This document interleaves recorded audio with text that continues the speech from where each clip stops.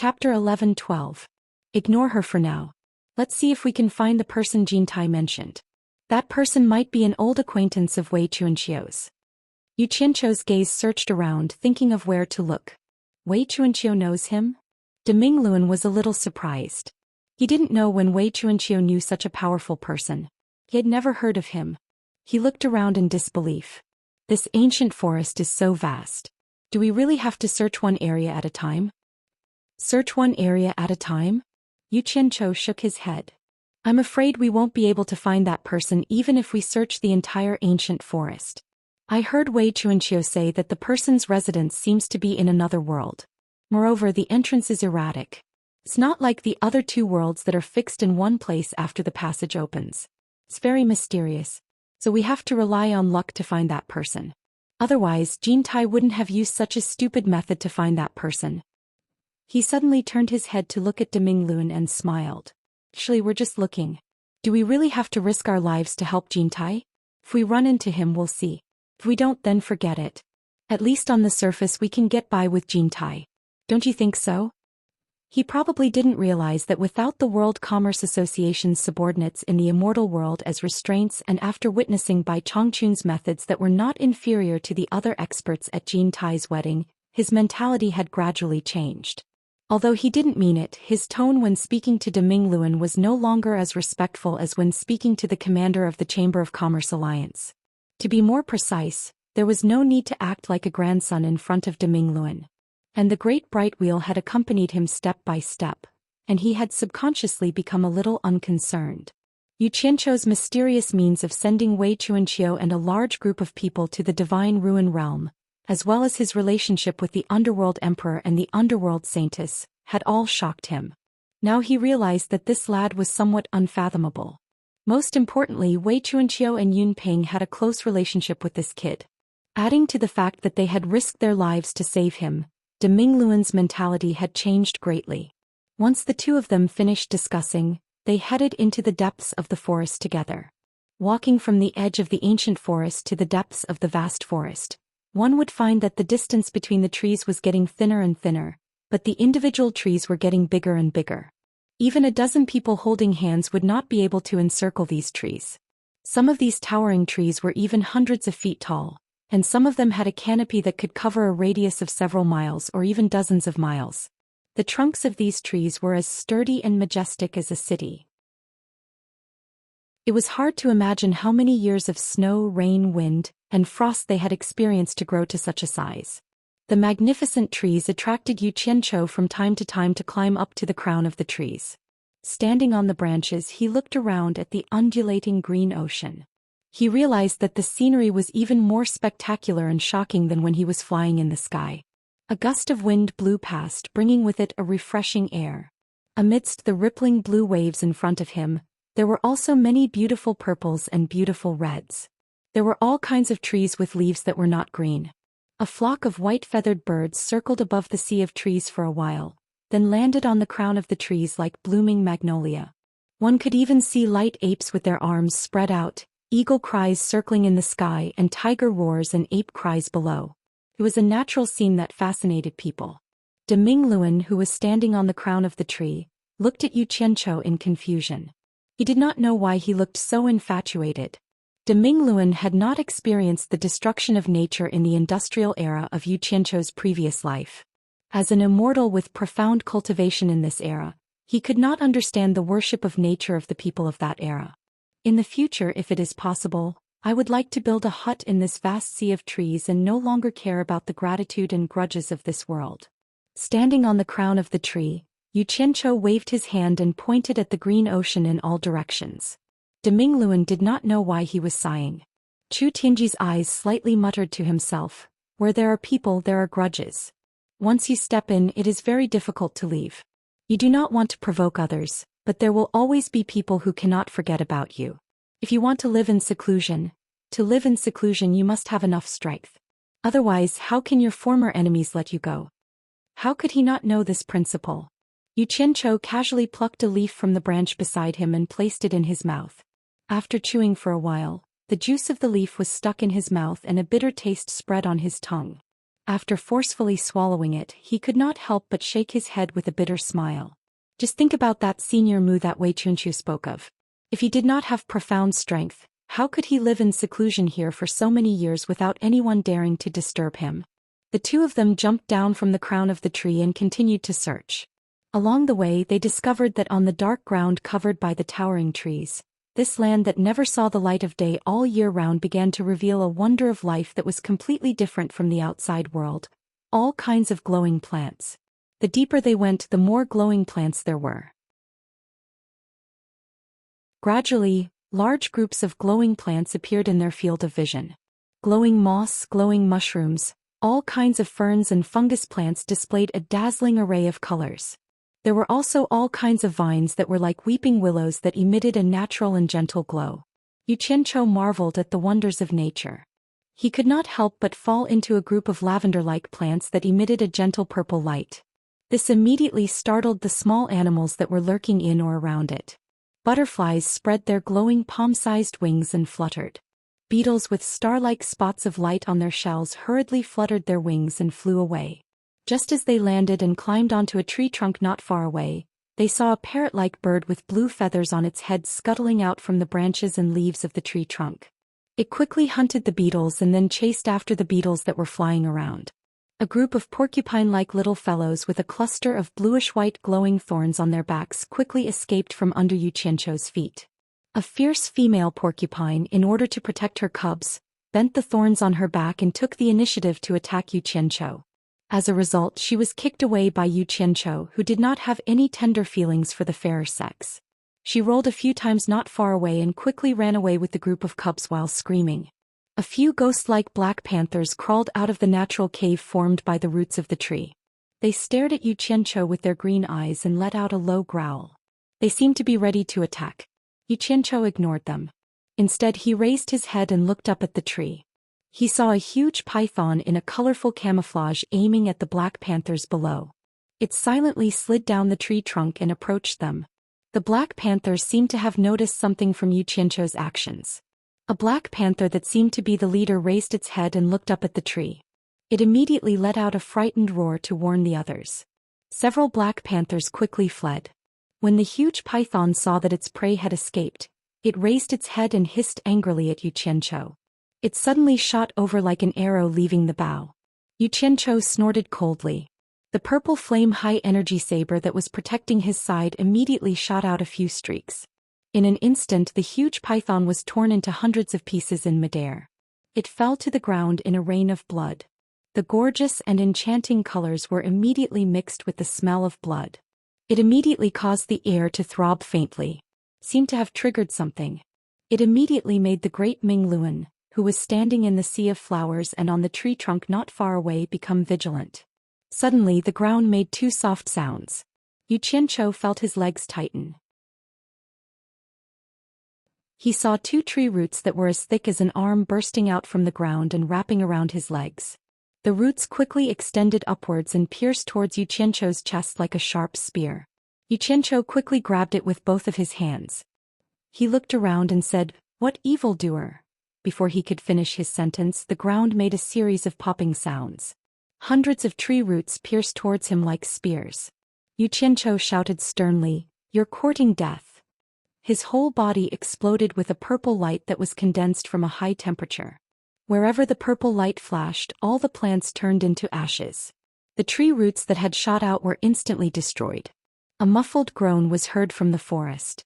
The great Ming Luan, who was standing on the tree trunk, stared at a big tree in front of him like an eagle. He waved his sleeves and a dozen bright moon-like light discs quickly shot out. With a series of so-so sounds, the dozens of light discs instantly destroyed the ancient tree in front of him. Audacious human. The remaining half of the big tree let out a strange cry. With a hong sound, it sunk into the ground. The dozens of light discs immediately chased after the deep pit that had appeared on the ground with a so-so sound. With a series of rumbling sounds, the light discs burst out from the ground and burrowed back into the great Ming Luan's sleeves. The originally serene atmosphere in the surroundings immediately became treacherous. It's a tree demon. Its ability to burrow underground is not bad.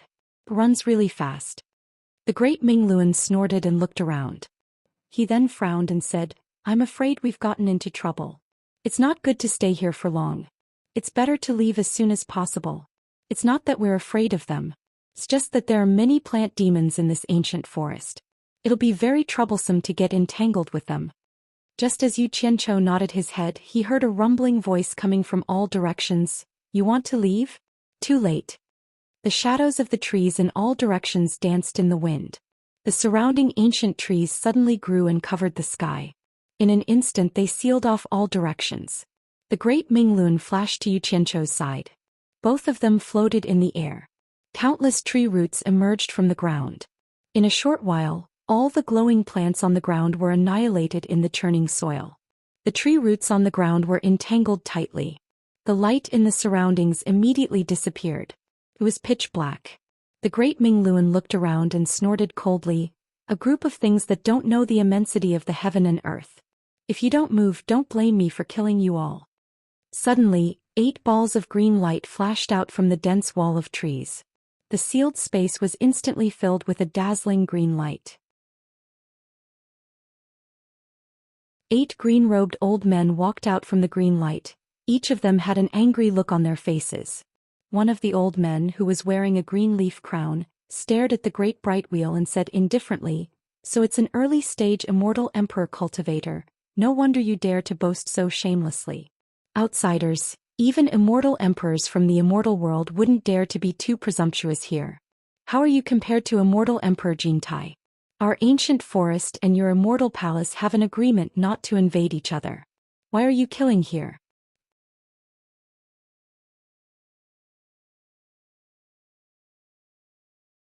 Chapter 11-13. From the looks of it, this person seemed to be the leader of these people. De Minglun took a closer look and was slightly shocked. He realized that he could not see through the person's cultivation. He looked at the others and found that their cultivation was similar to his. It seemed that this was going to be troublesome. He immediately sent a telepathic message to Yu Qianqiu about the situation and discussed whether they should fight or run away. Yu Qianqiu was also stunned. He did not expect that he would attract so many experts just by making a move. It seemed that this ancient forest was located within the 3 realms but was independent of the 3 realms. There must be something extraordinary about it. It was obvious that there were more experts in the ancient forest. It would not be good for him to make a big deal out of this. Thinking of this, Yu Qianqiu smiled faintly and said, You are exaggerating. A giant python ambushed me and I killed it. Then a tree demon attacked me first. I did not kill it because this is the ancient forest. If I really wanted to start a massacre, do you think it would have a chance to run? As he spoke, there was a buzzing sound. His entire body was instantly enveloped by purple flames like firewood that had been ignited. An intense heat surged out. The green light that was flickering on the bodies of the 8 people instantly retracted and formed a protective aura on the surface of their bodies, resisting the frightening heat that made their hearts palpitate. All of them looked at Yu Qianqiu in shock and bewilderment. All of them felt a terrifying power that naturally countered each other, causing their hearts to tremble. The pupils of the old man wearing the green leaf crown suddenly shrank and he suddenly cried out, This is purple fire. Purple fire. Purple fire of the true Samadhi fire. The other 7 people also cried out, Purple fire? De Minglun felt the terrifying temperature around his body. He also looked at Yu Qianqiu in bewilderment. He didn't know how many more secrets this fellow had.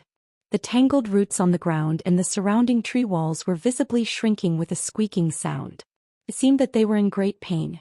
Yu Qianqiu only wanted to show off. He did not want to become enemies with them. He quickly retracted the terrifying heat and the purple fire into his body.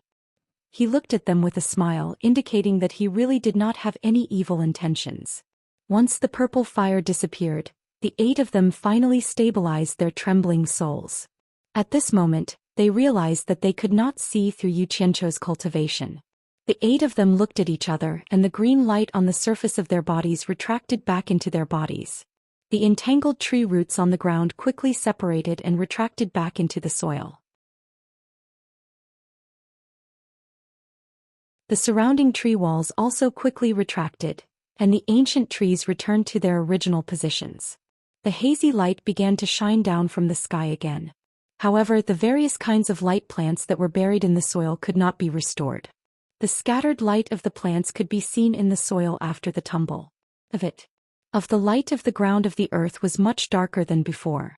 I admit that your purple fire can restrain us. However, this is not a place for you to behave atrociously. The old man wearing the green leaf crown stared at Yu Qianqiu and said in a deep voice, "Since nothing serious happened, we do not want to make things difficult for you. We hope that you will abide by the agreement between us and the Immortal Palace. Please leave quickly." De Mingluan immediately snorted. Previously they were not so easy to talk to. It was obvious that they were here to punish us. Now that they realized that something was wrong, they immediately became easy to talk to. Yu Qianqiu glanced at him. He knew what that humph meant. However, although the purple fire was powerful, if he used it with his own cultivation he would not be able to gain the upper hand if he really fought with these experts. The main reason was that the difference between their cultivation was too big. Moreover, he did not want to become enemies with the people in the ancient forest. "Leave quickly." Yu Qianqiu raised his eyebrows.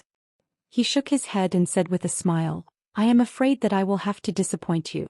This time I was invited to the Wood Killer Sea as a guest. I have not met Senior Mu yet. How can I leave so easily?" Wood Killer Sea. A few people frowned and muttered. It seemed that it was the first time they had heard of this. As for Senior Mu, there were simply too many people in the ancient forest who could be called Senior Mu. The 8 of them were no exception. It was also the first time that De Mingluan had heard of this place. However, he believed that Yu Qianqiu did not say it casually. There must be a reason for him to say it at this time. As he pondered, he felt that this Yu Qianqiu was a bit mysterious. In fact, Yu Qianqiu didn't know about the Wood Killer Sea. He had only heard Wei Chuanqiu mention it once, so he casually used it. In any case, he never had any psychological burden when he spoke carelessly. Yu Qianqiu's gaze swept across the 8 people. From the eyes of the old man wearing the emerald leaf wooden crown, he caught a trace of surprise and uncertainty. He immediately smiled at him and said, "Presumably, you should know about the Wood Killer Sea." The other 7 people's gazes immediately focused on him. They all revealed a questioning look. One of them even asked, "You really know?" The old man wearing the emerald leaf wooden crown hesitated for a while.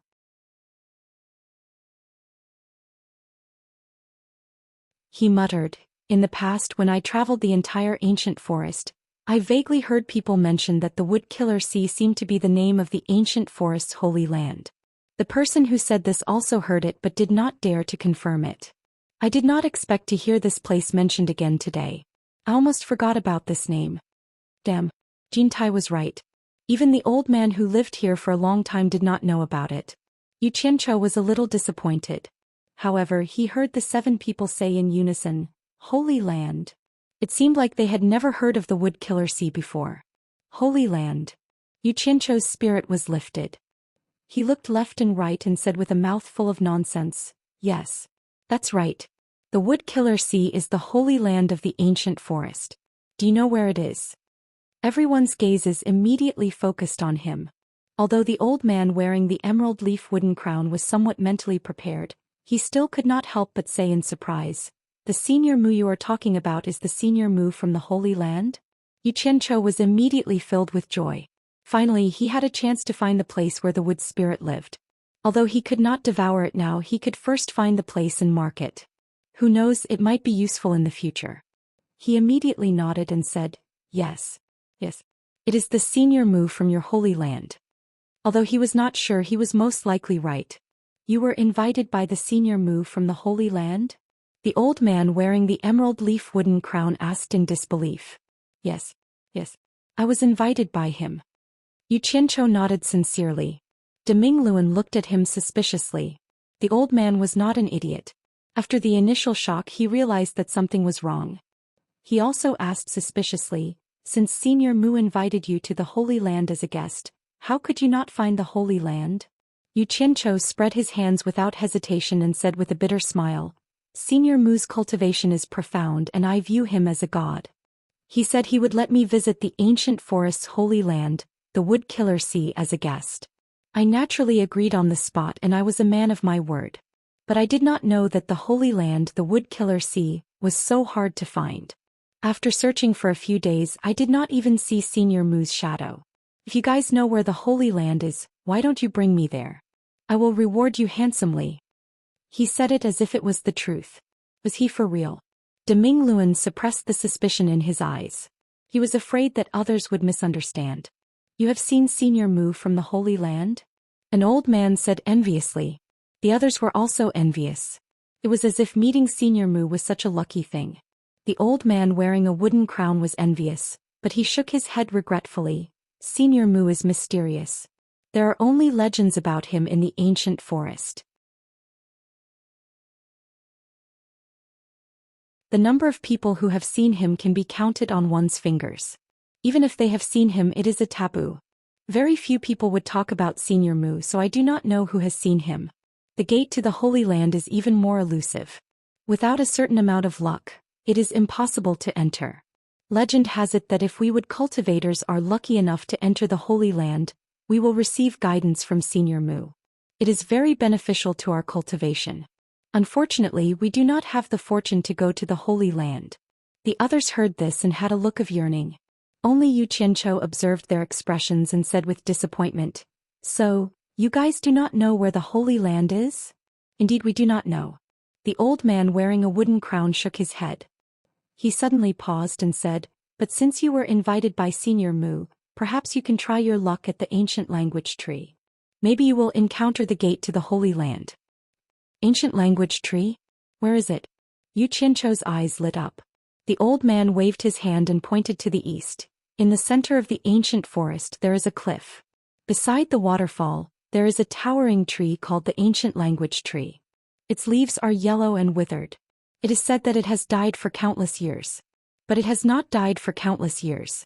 It has experienced countless snow, rain, wind, and frost, but its withered leaves have not fallen. It is very magical.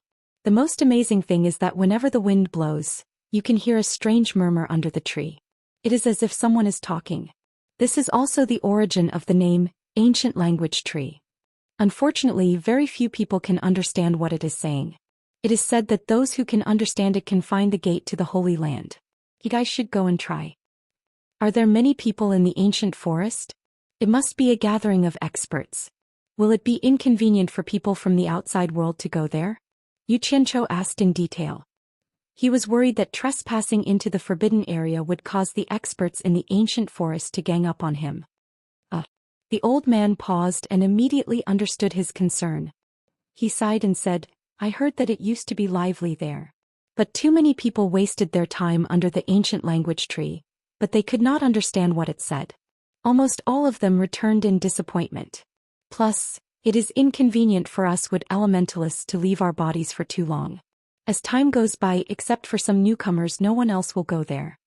Hearing this, Yu Qianqiu's expression twitched and he cursed in his heart. He felt that the old man's guidance was too unreliable.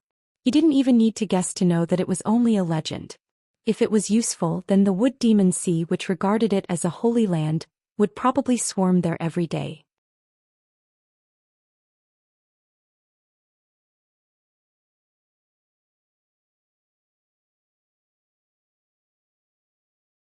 Chapter 11:14. The old man seemed to know that this matter was not very reliable and was afraid of making the other party unhappy. He smiled awkwardly and said, "I was just saying. Sire, please do as you wish. If there is nothing else, we will take our leave." "Take care." Yu Qianqiu raised his hand to stop. He stared at the old man and slowly asked, "The ancient forest is so big. How am I going to find the center?" Deming Luan looked at him speechlessly. It seemed like this guy really wanted to do something useless. The old man was very honest. He waved his hand again and pointed to the east. He said with a serious expression, "Go straight to the east. When you see a cliff with a waterfall and a lonely ancient tree, you will reach the center of the ancient forest. The environment there is very obvious and easy to find. You will see it when you get there." Then he kindly warned, "If Sire really wants to go there, I suggest you go straight to the sky. You can more or less avoid some unnecessary trouble. You must know that not everyone in this ancient forest is kind. That is all I have to say. I will take my leave." The other 7 people also followed him and cupped their hands. The soil on the ground surged like a fountain and swallowed the 8 of them. In the blink of an eye, they disappeared without a trace. "Did you really receive an invitation to the wood-killing sea?" Demingluan suddenly turned around and asked. Yu Qianqiu looked around and laughed. He did not answer the question. Since it is like this, I will just treat it as an eye-opener. Let's go. A figure rushed into the sky and broke through the shade. Demingluan shook his head and followed closely behind. Looking down from the sky, the ancient forest was still endless. The mountains were undulating and the waves were like the sea. It looked spectacular, but it was unknown how many dangers were hidden within. After flying at high speed for 3 days, the two of them who were constantly looking around suddenly slowed down and slowly stopped in the air. In front of the two of them was a red cliff. The cliff was exposed and the rocks were red. It was almost barren.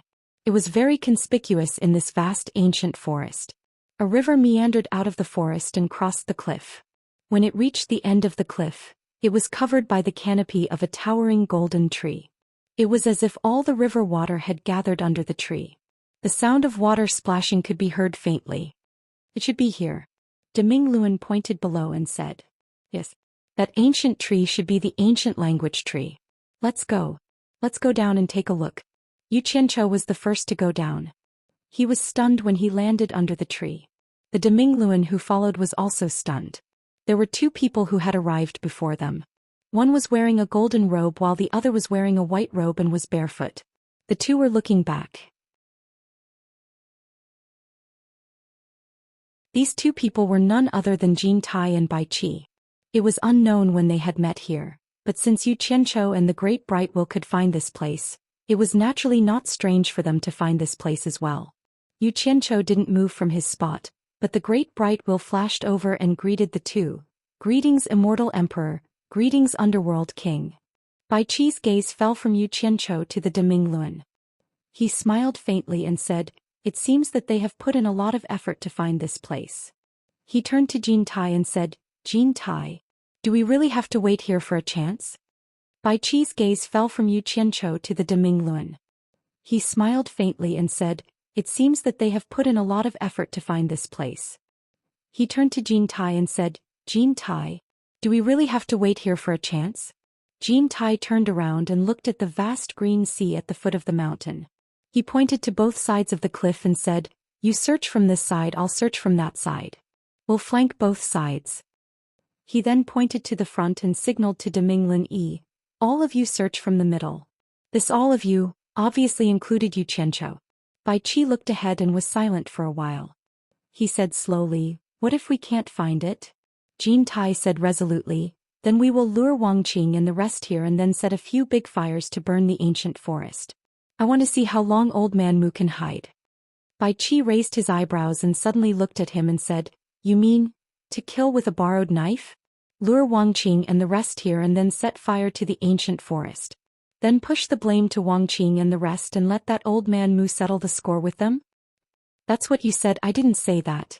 Jin Tai snorted coldly and turned into a stream of light and shot to the left. Bai Qi sneered and turned to smile at Yu Qianqiu. Then he also turned into a stream of light and shot to the right. 2 rays of light, one gold and one white, flew along the cliff and disappeared into the dense forest in the distance in the blink of an eye. This red bare cliff was like a plain. No one knew how the river that was tens of meters wide was formed. Yu Qianqiu walked along the shore towards the great Ming wheel under the ancient tree. From time to time, fat fish jumped out of the water and fell back into the water. When he reached the edge of the steep cliff, he saw that the river suddenly turned into a crystal waterfall, and the sound of water flowing could be heard. Incomparably thick tree roots climbed up the cliff like countless pythons, and even stubbornly rooted into the red rocks. More than a dozen tree roots drilled out from the mountain wall in the waterfall, extending down the mountain wall along the waterfall.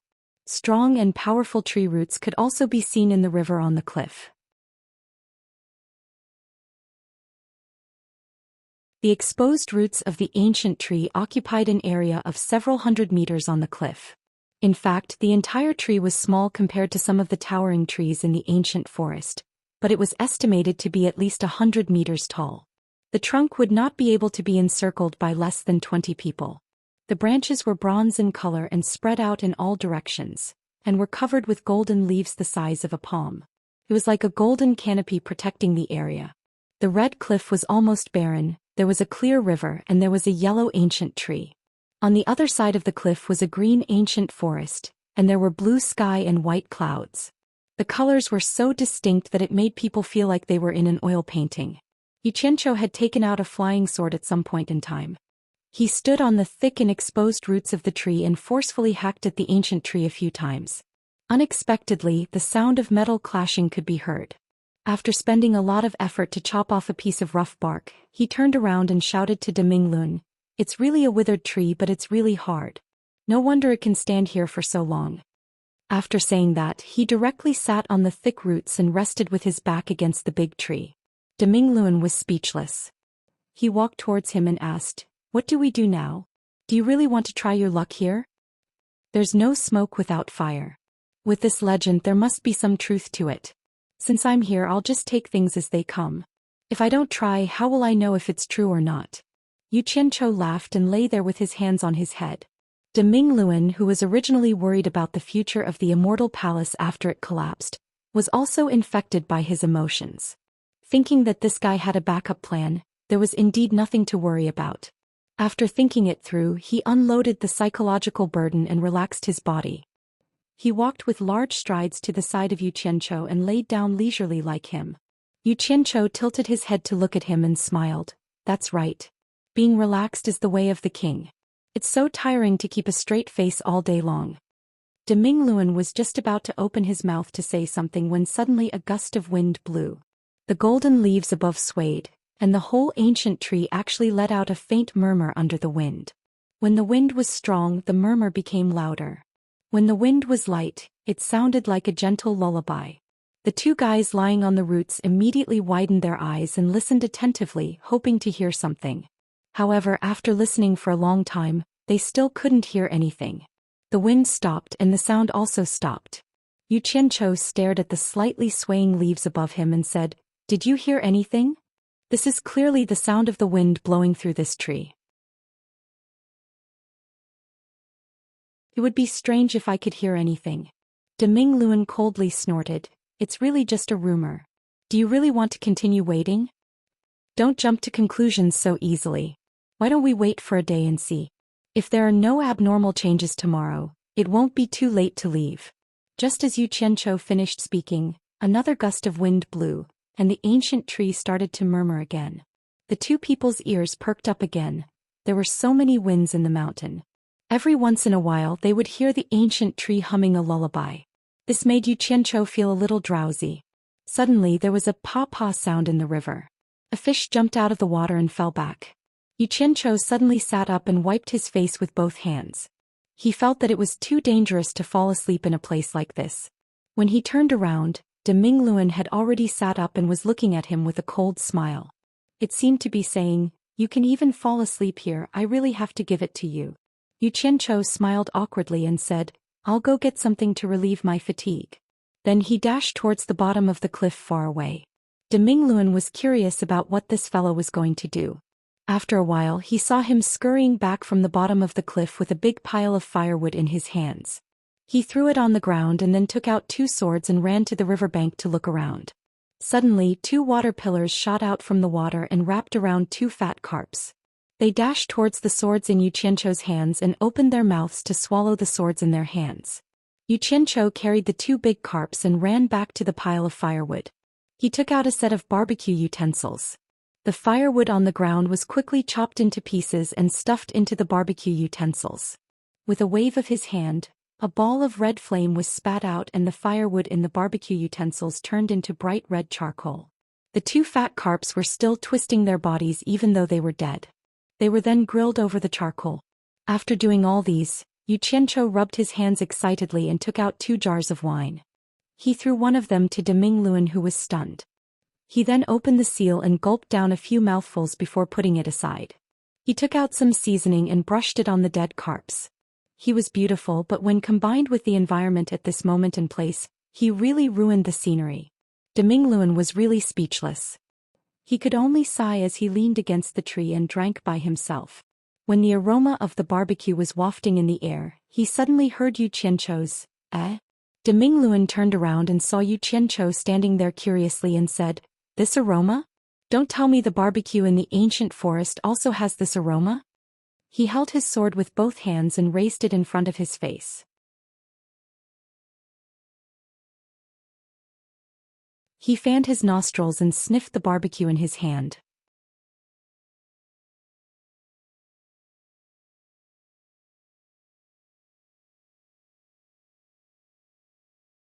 Chapter 11:15. What's wrong? Great Brightwill asked indifferently. He suddenly realized that this fellow's words and actions seemed to be incompatible with this world. Why would the roasted fish have the fragrance from Lure's body? It doesn't seem to be from the roasted fish. Yu Qianqiu muttered. His face popped out from behind the two big roasted fish and said, "Do you smell something?" "Nonsense. Of course it's the smell of the roasted fish." Great Brightwill said in a bad mood. "That's not right. Could it be?" Yu Qianqiu's eyes lit up and he immediately looked around. Deming Luan's pupils that were looking at him suddenly shrank. He saw that the place where Yu Qianqiu was standing suddenly had a layer of transparent black ripple light wall. If it wasn't for the clear and crystalline light, it would be almost impossible to notice. And Yu Qianqiu, who was inside it, was looking around like a thief as if he had stolen 2 grilled fish from someone. "Be careful behind you." Great Brightwill cried out in alarm.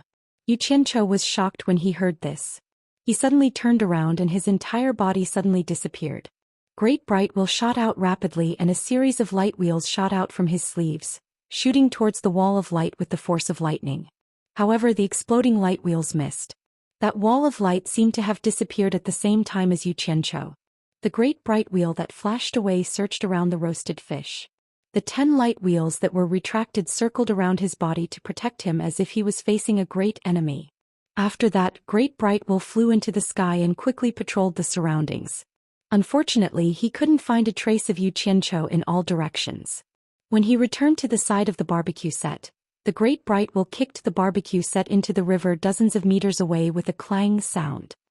He looked around his surroundings silently, thinking about what had happened just now. Normally, it was impossible for Yu Qianqiu to leave without saying a word. Furthermore, the situation just now. The great bright wheel was suddenly slightly stunned. Could it be that the mysterious rippling light wall just now was the so-called gate of the sacred land? The more he pondered, the more he felt that it was the case. A gust of wind blew by, and the ancient whisper tree repeated the same ancient voice that it had been murmuring for countless years. Demingluan looked at the ancient whisper tree and after a moment of absent-mindedness he shook his head and said to himself with a bitter smile, "Is this kid really that lucky? People couldn't find the door to the Holy Land, but he was roasting fish here and he accidentally entered it? Grilled fish? Unless... Otherwise, how could there be such a coincidence?" The great bright will seem to have thought of something and hurriedly flashed to the riverside. He picked up the severely deformed barbecue set from the kick, and used his great cultivation to roughly repair it with a caw-caw sound. Carrying the barbecue set, he carefully examined the position that Yu Qianqiu had placed it earlier, and restored it to its original position. Then he tossed the remaining dry firewood on the ground into the barbecue set, and quickly started a fire. This wasn't the end. He also took out 2 flying swords and with a schwa-schwa sound he stabbed 2 fat carps into the riverside. After everything was ready, he imitated Yu Qianqiu's previous actions, and also pretended to roast the fish. However, he seemed to be a little absent-minded and would occasionally look behind him. Speaking of which, when Yu Qianqiu heard the great bright wheel's warning, he abruptly turned around to be on guard. Before he could figure out what was going on, he felt as if he had collided with someone. His head also made a dong sound as if he had been hit by something with a stick. In the end, before he could even cry out in pain, a soft and pleasant "ouch" came from the other side. Yu Qianqiu was instantly enraged. He hit someone and still cried out in pain. This was too much of a bully. Yu Qianqiu focused his eyes and saw a green-clothed little girl staggering back from the collision. When he saw who it was, he couldn't help but be stunned. The green-clothed little girl rubbing her nose also froze when she saw who it was. "Lu Er," Yu Qianqiu said in disbelief. If the little girl in front of him wasn't Lu Er, who he had saved and brought back to the World Merchant Association, then who else could it be? He saw Lu Er carrying a large brown wooden staff.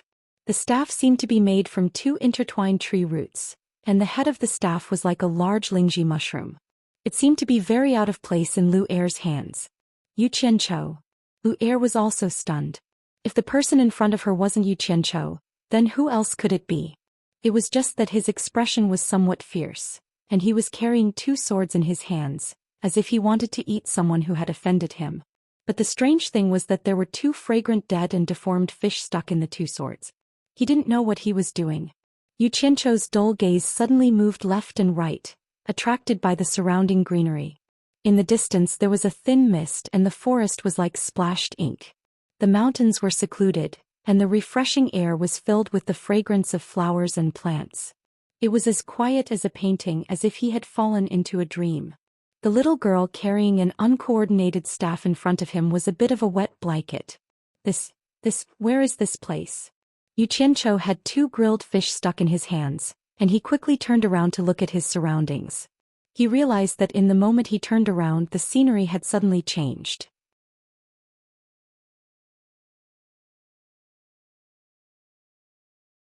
Right now he was standing on a hillside that wasn't considered high. His gaze fell upon an ancient tree behind him and he was once again dumbfounded. The golden leaves and the bronze trunk were exactly the same as the ancient tree he had seen on the cliff earlier.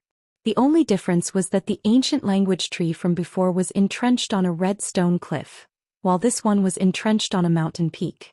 Looking into the distance, it wasn't quite possible to say that it was the same tree, but it was too similar to say that it wasn't the same tree. Suddenly, a gust of wind blew and the golden leaves rustled. The familiar murmuring was like a lullaby reverberating in his ears again. However, the surrounding scenery had completely changed and there wasn't the slightest similarity. Yu Qianzhou looked at the ancient tree in a daze. Ancient language tree. Yu Qianzhou, how did you come in? Lu'er, who was carrying a large staff, also asked in a daze. Lu'er, what is this place? Yu Qianzhou suddenly turned around and asked. Lu'er, who was carrying a large staff, was stunned and said, "This is Wood Killer Sea." Wood Killer Sea? Yu Qianzhou's head quickly swayed left and right and looked around again. He said in disbelief, "This is Wood Killer Sea? How is this possible? I was grilling fish just fine, why did I suddenly come to Wood Killer Sea? Faster sea. This is too illogical. Could it be this?" His gaze stared at the ancient language tree with golden leaves. What is this? Lu'er, who was already confused, was even more confused. Suddenly she cried out in shock, "Not good. Not good. If we don't leave now, we won't be able to leave." What's wrong? Hearing her say it so seriously, even Yu Qianzhou was shocked. Lu'er carried the brown wooden staff with both hands and activated it with a secret technique. The large staff head immediately brewed a ball of green light. As Lu'er waved the staff, a beam of green light shot towards the ancient language tree like a laser. The trunk of the ancient language tree immediately rippled with green light, and gradually emitted a black splendor. A sullen cold snort sounded, and a green-robed old man with white hair and a ruddy complexion suddenly appeared. With a wave of his hand he cut off the green light that shot out from the head of the huge staff. His palm made a grabbing motion, and the big-headed staff in Lu'er's hand was immediately sucked over and caught in his hand. Lu'er cried out in shock and quickly flashed behind Yu Qianzhou. Yu Qianzhou immediately protected her and angrily shouted as if he was facing a great enemy, "Who is it? You're already so old, yet you still want to snatch a little girl's things. Don't you have any shame?" The roasted fish on the two swords in his hands still had a lingering fragrance. The green-robed old man looked at him calmly, and the wooden staff in his hand stood upright on the ground.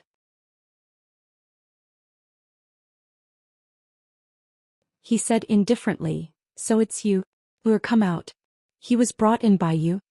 Yu Qianzhou was slightly stunned. Hearing the meaning behind these words, the other party seemed to know him, but he didn't seem to have any impression of him. Lu'er, who was behind him, moved half her body out submissively, and one hand grabbed onto the clothes on the back of Yu Qianzhou. She looked at the old man and weakly called out, "Grandpa."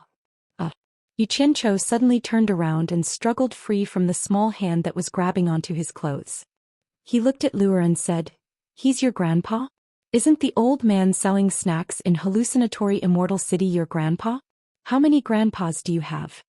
Lu'er secretly glanced at the old man and said in a low voice, "Of course there's only one grandpa. The one you saw last time was Grandpa's transformation."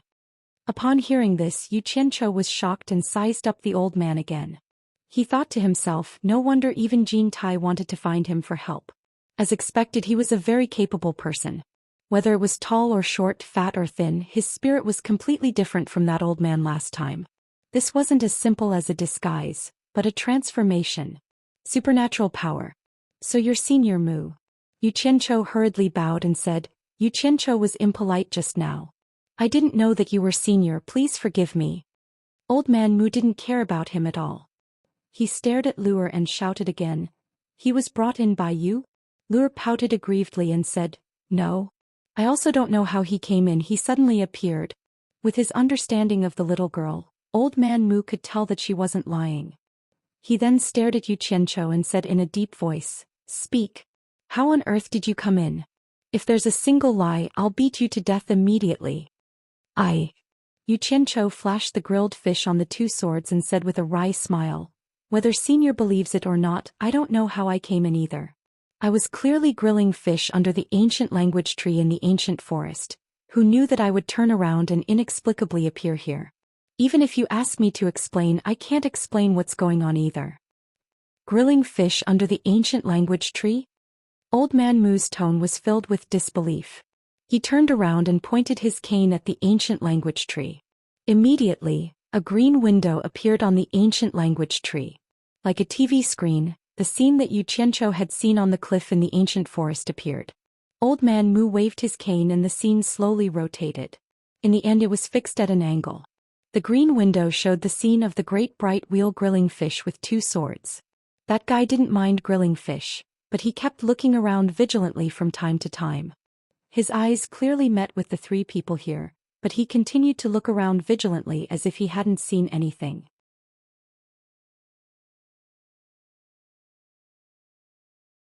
Judging from the angle from which the window was looking at the great bright wheel, Yu Qianqiu estimated that the place where the great bright wheel was observing the ancient language tree on the cliff.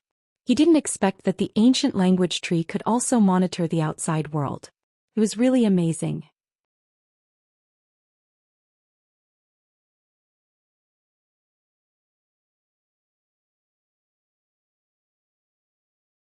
Chapter 11:16. Before he could think further, old man Mu waved his cane and the green window disappeared. He reluctantly believed that Yu Qianqiu had been roasting fish outside, but this did not mean that he believed everything. He turned around and stared at Yu Qianqiu with his deep eyes. You went to the ancient language tree in the ancient forest to roast fish? If you can't give me a reasonable explanation, although I am not a bloodthirsty person, I will not be lenient to those with ulterior motives. Yu Qianqiu secretly communicated with Utopia, and when he noticed that it was unobstructed, he immediately had the confidence to protect himself. He immediately said bluntly, to tell you the truth, I came to look for you. Look for me? Old man Mu was slightly stunned and then snorted. Did that little bat ask you to come? Little bat? Yu Qianqiu was stunned and then realized that he was talking about Wei Qianqiu. He shook his head and smiled bitterly. Senior, you misunderstood me. I didn't want to take the risk here, but I couldn't disobey Immortal Emperor Jin Tai's orders, so I had to bite the bullet and come here. I never thought that I would really meet you, but who knew that I would run into you? Jin Tai asked you to look for me. Old man Mu also showed a hint of confusion on his face. He didn't ask me to come alone. The person who was roasting fish outside just now also asked me to come. There are a total of 11 people, including Immortal Emperor Jin Tai and Emperor of the Netherworld Bai Qi. Everyone is scattered throughout the entire ancient forest to look for you, Senior, Yu Qianqiu said respectfully. Jin Tai and Bai Qi are here too? Old man Mu's eyes turned and he asked with some emotion, did something happen outside? Something big has happened. Yu Qianqiu sighed. From Jin Tai's wedding to Bai Changchun's appearance, to the sudden appearance of Wang Qing, the head of the Heartless Palace, to the sudden appearance of a new force and the defeat of the Immortal Palace, to the King of the Black Mountain, Wu Feng's attack on the Dark Imperial Palace, and finally Jin Tai's decision to ask Old Man Mu for help. So they fled here to find Old Man Mu. During this period, he and the Daming Wheel encountered that group of wood demons and learned about the legend of the ancient language tree. Then he told Yu Qianqiu roughly what had happened. This narration went on for more than an hour. Such a series of ups and downs made the inexperienced Luer's eyes light up. Her face was filled with hope, as if she wished she could be there to experience it. Although the outside world was dangerous, It had a fatal attraction to her. Although Old Man Mu had been suppressing her and wanted her to live an ordinary life, for a person like her who had never experienced the joys and sorrows of the world, how could she settle down if she could not calm down? How could she appreciate the value of ordinary life? Perhaps after she experienced the endless vicissitudes of life and understood that the past was unbearable, she would be willing to live an ordinary life like her grandfather. After a moment of silence, Old Man Mu sighed slightly and said, "It seems that it is time for the immortal realm and the netherworld to change dynasties again." Yuqiancho was shocked. Listening to these words, it seemed that the other party would not help Jin Tai turn over a new leaf. In fact, he also wanted this old guy to come out and help Jin Tai. After all, Jin Tai was in power and he still had room to develop slowly, but the Heartless Palace wanted to kill him. Now it seemed that the relationship between Jin Tai and this old guy was not solid. Jin Tai wanted to ask for Senior's help. "Are you going to leave him in the lurch?" Yuqiancho asked tentatively. "What do you mean by leave him in the lurch?" Old Man Mu slightly closed his eyes and shook his head, saying, "People don't distinguish between right and wrong. They fight for honor and disgrace. The honored will live in peace and the disgraced will be mediocre." He asked for everything. "I have seen a lot of changes of dynasties. It is because I don't want to get involved that I live in seclusion here. What does Jin Tai's life and death have to do with me? How can I leave him in the lurch?" As he said this, he opened his eyes and said, "Do you really want to be a lobbyist for Jin Tai? As far as I know, all the sects in the immortal realm have a grudge against the immortal palace. As the sect leader of the World Chamber of Commerce, don't tell me that you are willing to submit to Jin Tai." Yuqiancho was speechless. The other party had already said this much. He knew that it was useless to say anything else. But then again, he was just trying. If he could help Jin Tai turn over a new leaf, it would be a little good. If Jin Tai couldn't turn over a new leaf, it would be good too. That guy's character was really not flattering. The battle at the Immortal Palace had shown that even the lives of his trusted subordinates were worthless in his eyes. It made people feel too insecure. As the saying goes, when a wall is down, people push it. Yuqiancho was also not a good guy.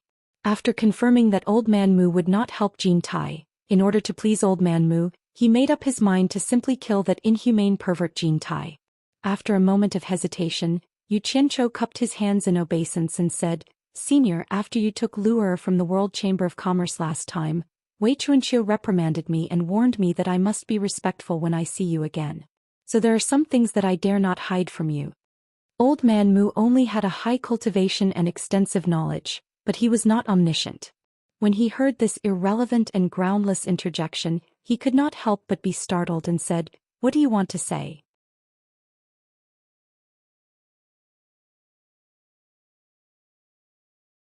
"It's like this, I inadvertently learned of a conspiracy of Jin Tai. If I can't find Senior for help or Senior is unwilling to help, Jin Tai is going to lure Wang Qing and the others from the Heartless Palace to the ancient forest, and then set the ancient forest on fire to push the blame to Wang Qing and the others. Jin Tai said that if he does this, Senior will definitely not let Wang Qing and the others go." Yuqiancho said with a respectful face, looking like he was snitching. "How dare he?" Old Man Mu's long beard and green robe instantly fluttered even though there was no wind. He snorted and said, "Even if you give him 10 guts, he still won't dare." Yuqiancho was stunned. He could see that this old man thought himself to be an expert and had probably never taken Jin Tai seriously. He did not know Jin Tai's character very well, so water had entered his brain. With Jin Tai's character, he would marry his wife with great fanfare when he was in power, but once he lost power, he would abandon his wife and subordinates and run for his life. Now that he had lost his wife, he did not even mention it. Just imagine if he was forced into a corner, what else would he not do? However, based on the understanding between the two parties, it was not appropriate for Yuqiancho to argue with him. He could only take it one step at a time and nodded repeatedly to flatter him. That's true. Unless Jin Tai is courting death, he would not dare to act recklessly. Old Man Mu indeed did not take Jin Tai seriously and quickly put aside the matter of Jin Tai. He looked at Yuqiancho and said, "Didn't Little Bat tell you not to see Luer again? Damn it. I have told you so many things, are you going to fall out with me so quickly?" Yuqiancho quickly contacted Utopia and made preparations to escape. Then he cupped his hands and smiled bitterly. Of course Wei Chuanqiu said that, but I really barged in carelessly. Please forgive me, Senior.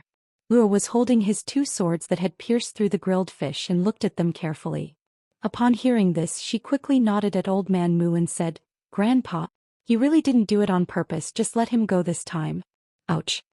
Before she could finish speaking, Old Man Mu had already knocked her on the head with his crutch and said angrily, If you hadn't stolen my crutch to open the gate, how could he have barged in by chance?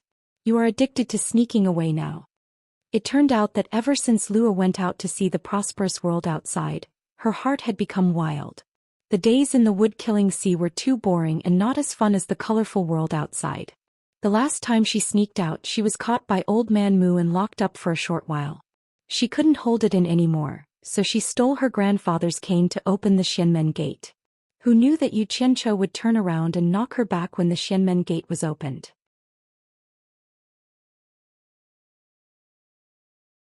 As a result, the Xianmen gate lost the support of Dharma power and closed on the spot, dragging Yu Qianqiu, who had just stepped into the Xianmen gate, in. This matter could be said to be coincidental, but it could also be said to be uncoincidental. Not to mention Yu Qianqiu, even Luo did not know the inside story. Only Old Man Du Mu himself knew. The ancient language tree in the wood-killing sea and the ancient language tree in the ancient forest were actually the same tree. It was like something in a mirror that was reflected in the two planes. However, it was different from the reflection in the mirror. It was not an illusion but a real object. Whether it was the ancient language tree in the wood-killing sea or the ancient language tree in the ancient forest, the ancient language trees on both sides would disappear at the same time. The ancient language tree was actually the hub that connected the two worlds. The ancient language tree was really ancient. It was the first tree that grew after the celestial realm was established. Could be said to be the ancestor of all trees in the celestial realm. Although it was blessed by nature and lived for a long time, it was unable to develop spiritual intelligence and cultivate immortality. However, it absorbed a considerable amount of the essence of the universe and gave birth to the first wood spirit in the celestial realm. It was the current owner of the wood-killing sea, Old Man Mu Muyuanzi. Later, due to the endless disputes between the three realms, Mu Yuanzi couldn't stand the disturbance and wanted to open up a world to live in. However, with his cultivation he was far from being able to open up a world alone. He had to borrow the magical effect of the ancient language tree, the ancestor of all trees, and use it as a medium to open up a small world. Thus, the wood-killing sea and the celestial realm overlapped. It was the ancient language tree that existed in both worlds at the same time. It was very magical. It was also because the celestial realm and the wood-killing sea overlapped that with Mu Yuanzi's current cultivation, as long as there were plants in the two worlds, he could open the profound door at any time and go anywhere in the two worlds. However, Luo didn't have that ability. If she wanted to open the profound door and go between the two worlds, not only did she need the power of Mu Yuanzi's staff, she also needed to find a stable medium, which was the ancient language tree that existed in both worlds. Therefore, it wasn't strange that the plants in the ancient forest treated the ancient language tree as the key to entering the wood-killing sea. A long time ago, when Mu Yuanzi's cultivation was still weak, he did often open the profound door here to go between the celestial realm and the wood-killing sea. After a long time, it was inevitable that he would be seen by others. However, with his current cultivation base, there was no longer a need for him to use the ancient language tree. This was also the reason why the plant demons in the ancient forest could no longer find the opportunity to enter the wood massacre sea through the ancient language tree. It was also because of this that this matter could be said to be both coincidental and unfortunate. After Mu Yuanzi listened to Yu Qianqiu's explanation and checked the position of his roasted fish, coupled with Lu Er's actions, he immediately understood.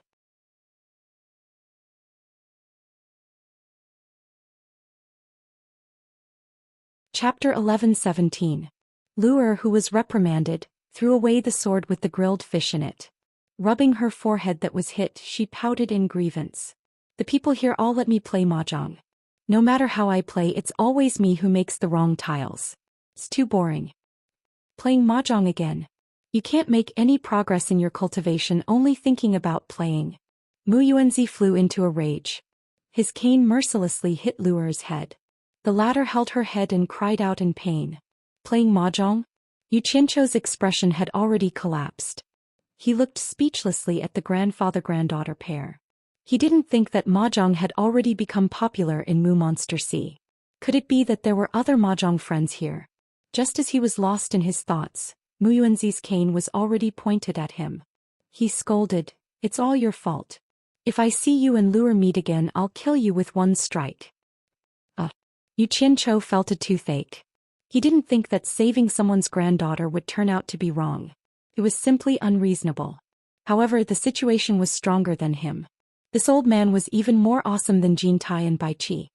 He had no choice but to lower his head when he was under someone else's roof. If he couldn't provoke him, he could at least hide. "Senior Mu, this junior knows his mistake." Yu Qianqiu first admitted his mistake. He looked around and weakly asked, "May I know how this junior should leave this place?" But in his heart he was thinking, a gentleman's revenge is never too late. Wait until I plant the teleportation landmark and provoke old man by one day. Let's see who is more arrogant then. Lure, who was rubbing her forehead, suddenly widened her eyes. "Yu Qianqiu, are you leaving?"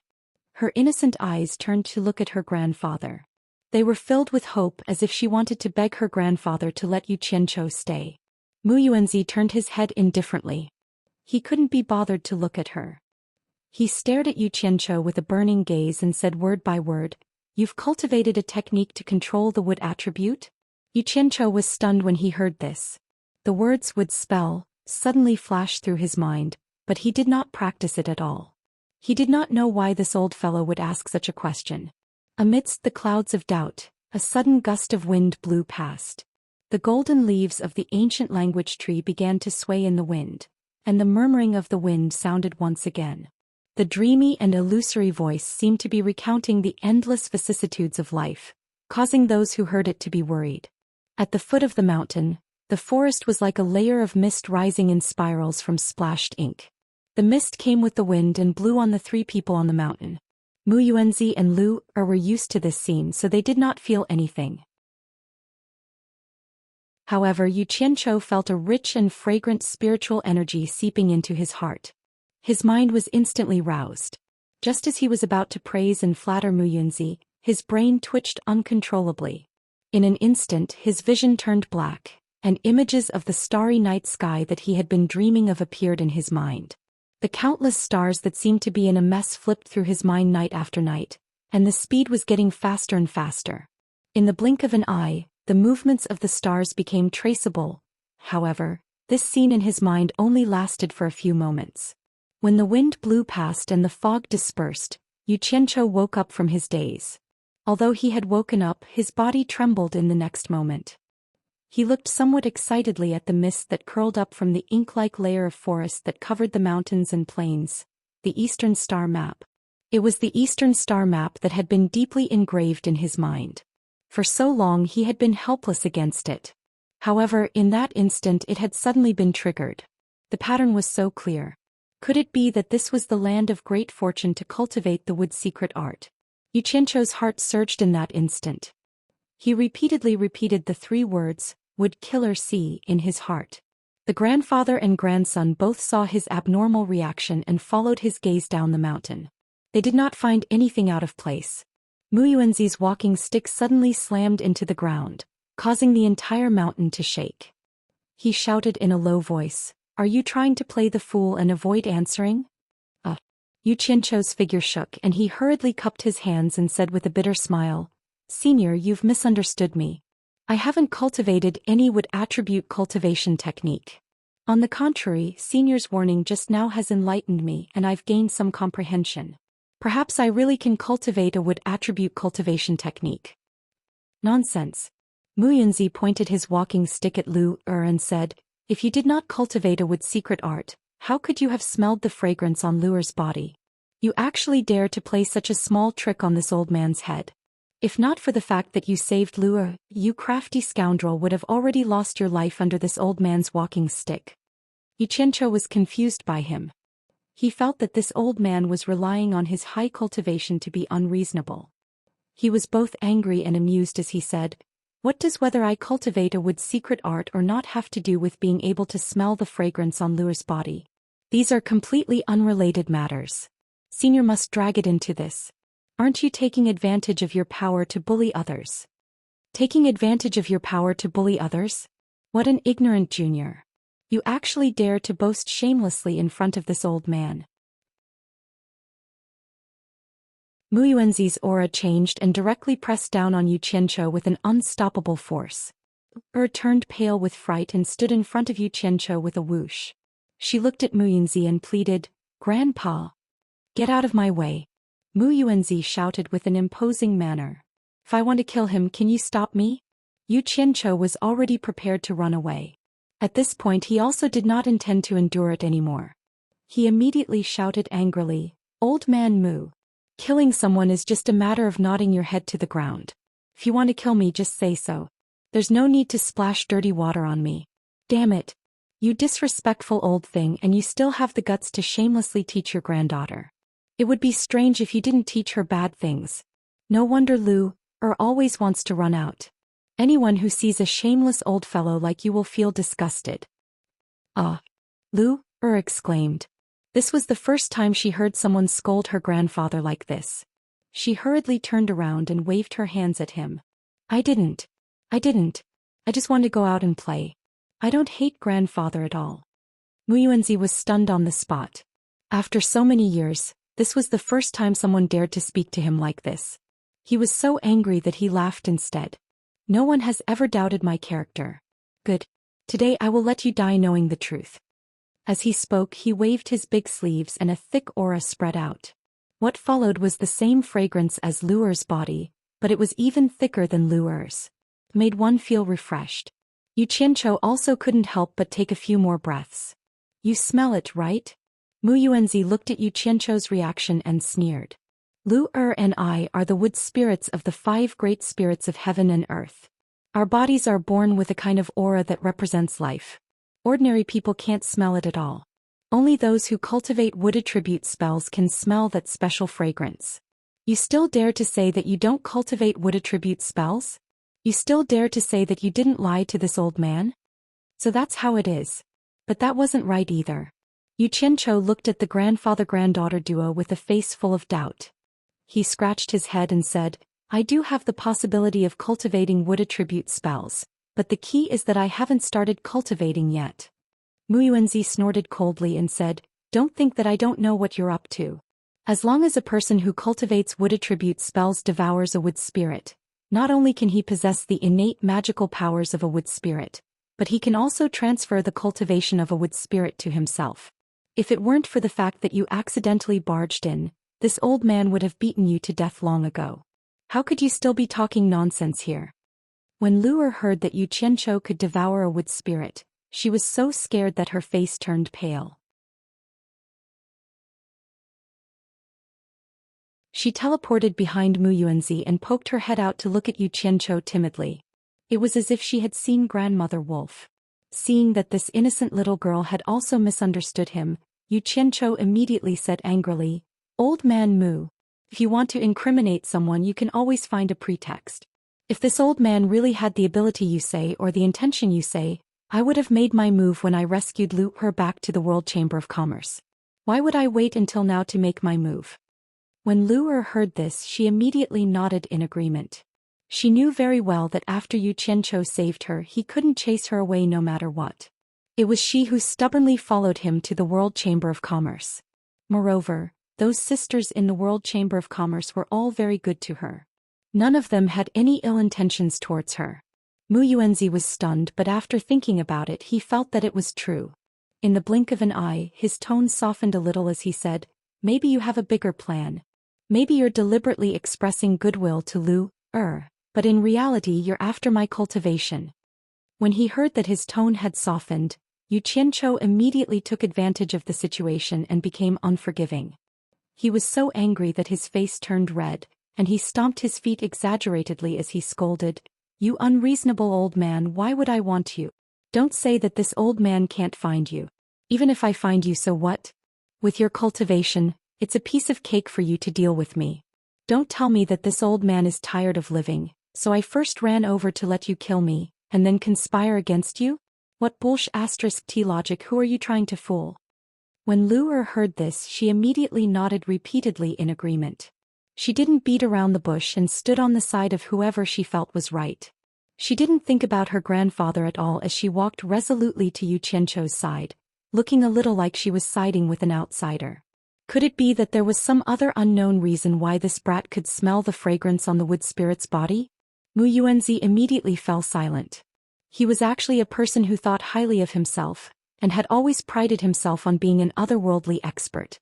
Even the domineering demon god knight had to respectfully address him as senior when he saw him. These were all things that he was proud of. Could it be that he had wrongly accused someone? Although he didn't feel good in his heart, and although he also had a temperament that thought highly of himself, to be able to live peacefully in seclusion here meant that he was a person who could take things up and let them go. After a moment of silence, he resolutely said, "I'll let you go this time, but if I find out that you're trying to fool this old man in the future, even if you have to ascend to the heavens or dive into the earth, I'll make sure you die under this old man's staff." As he spoke, he was about to wave his staff to open the profound gate and let Yu Qianqiu leave. "Wait!" Yu Qianqiu shouted angrily and raised his hand to stop him. "Let's talk about the future in the future. There's no need to be polite with an unreasonable person like you. From today onwards we'll return to our own paths. Let's first clear up the debts that we owe in the past. From now on we'll go our separate ways and have nothing to do with each other. Let's pretend we've never met before." "Could it be that I owe you something?" Mu Yuanzi sneered and stood with his staff on the ground, revealing an expression that didn't know what was good for him. Yu Qianqiu waved his hand and pointed at Lu Er. He said with righteous indignation, "Back then there were a few experts who wanted to molest Lu Er. It was I who risked my life to save Lu Er's life, and also protected Lu Er's innocence. How much is this debt worth? How should this debt be settled?"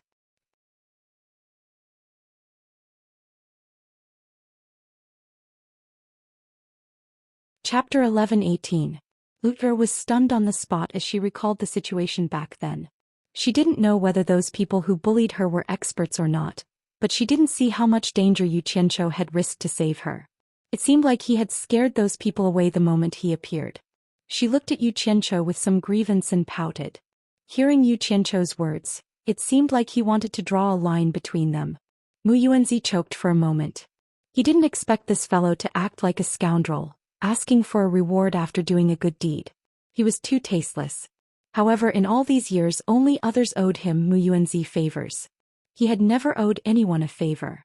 Moreover, this person had indeed saved his granddaughter. Since he had opened his mouth, he wasn't as thick-skinned as Yu Qianqiu to deny it. This was the weakness of a person who thought highly of himself.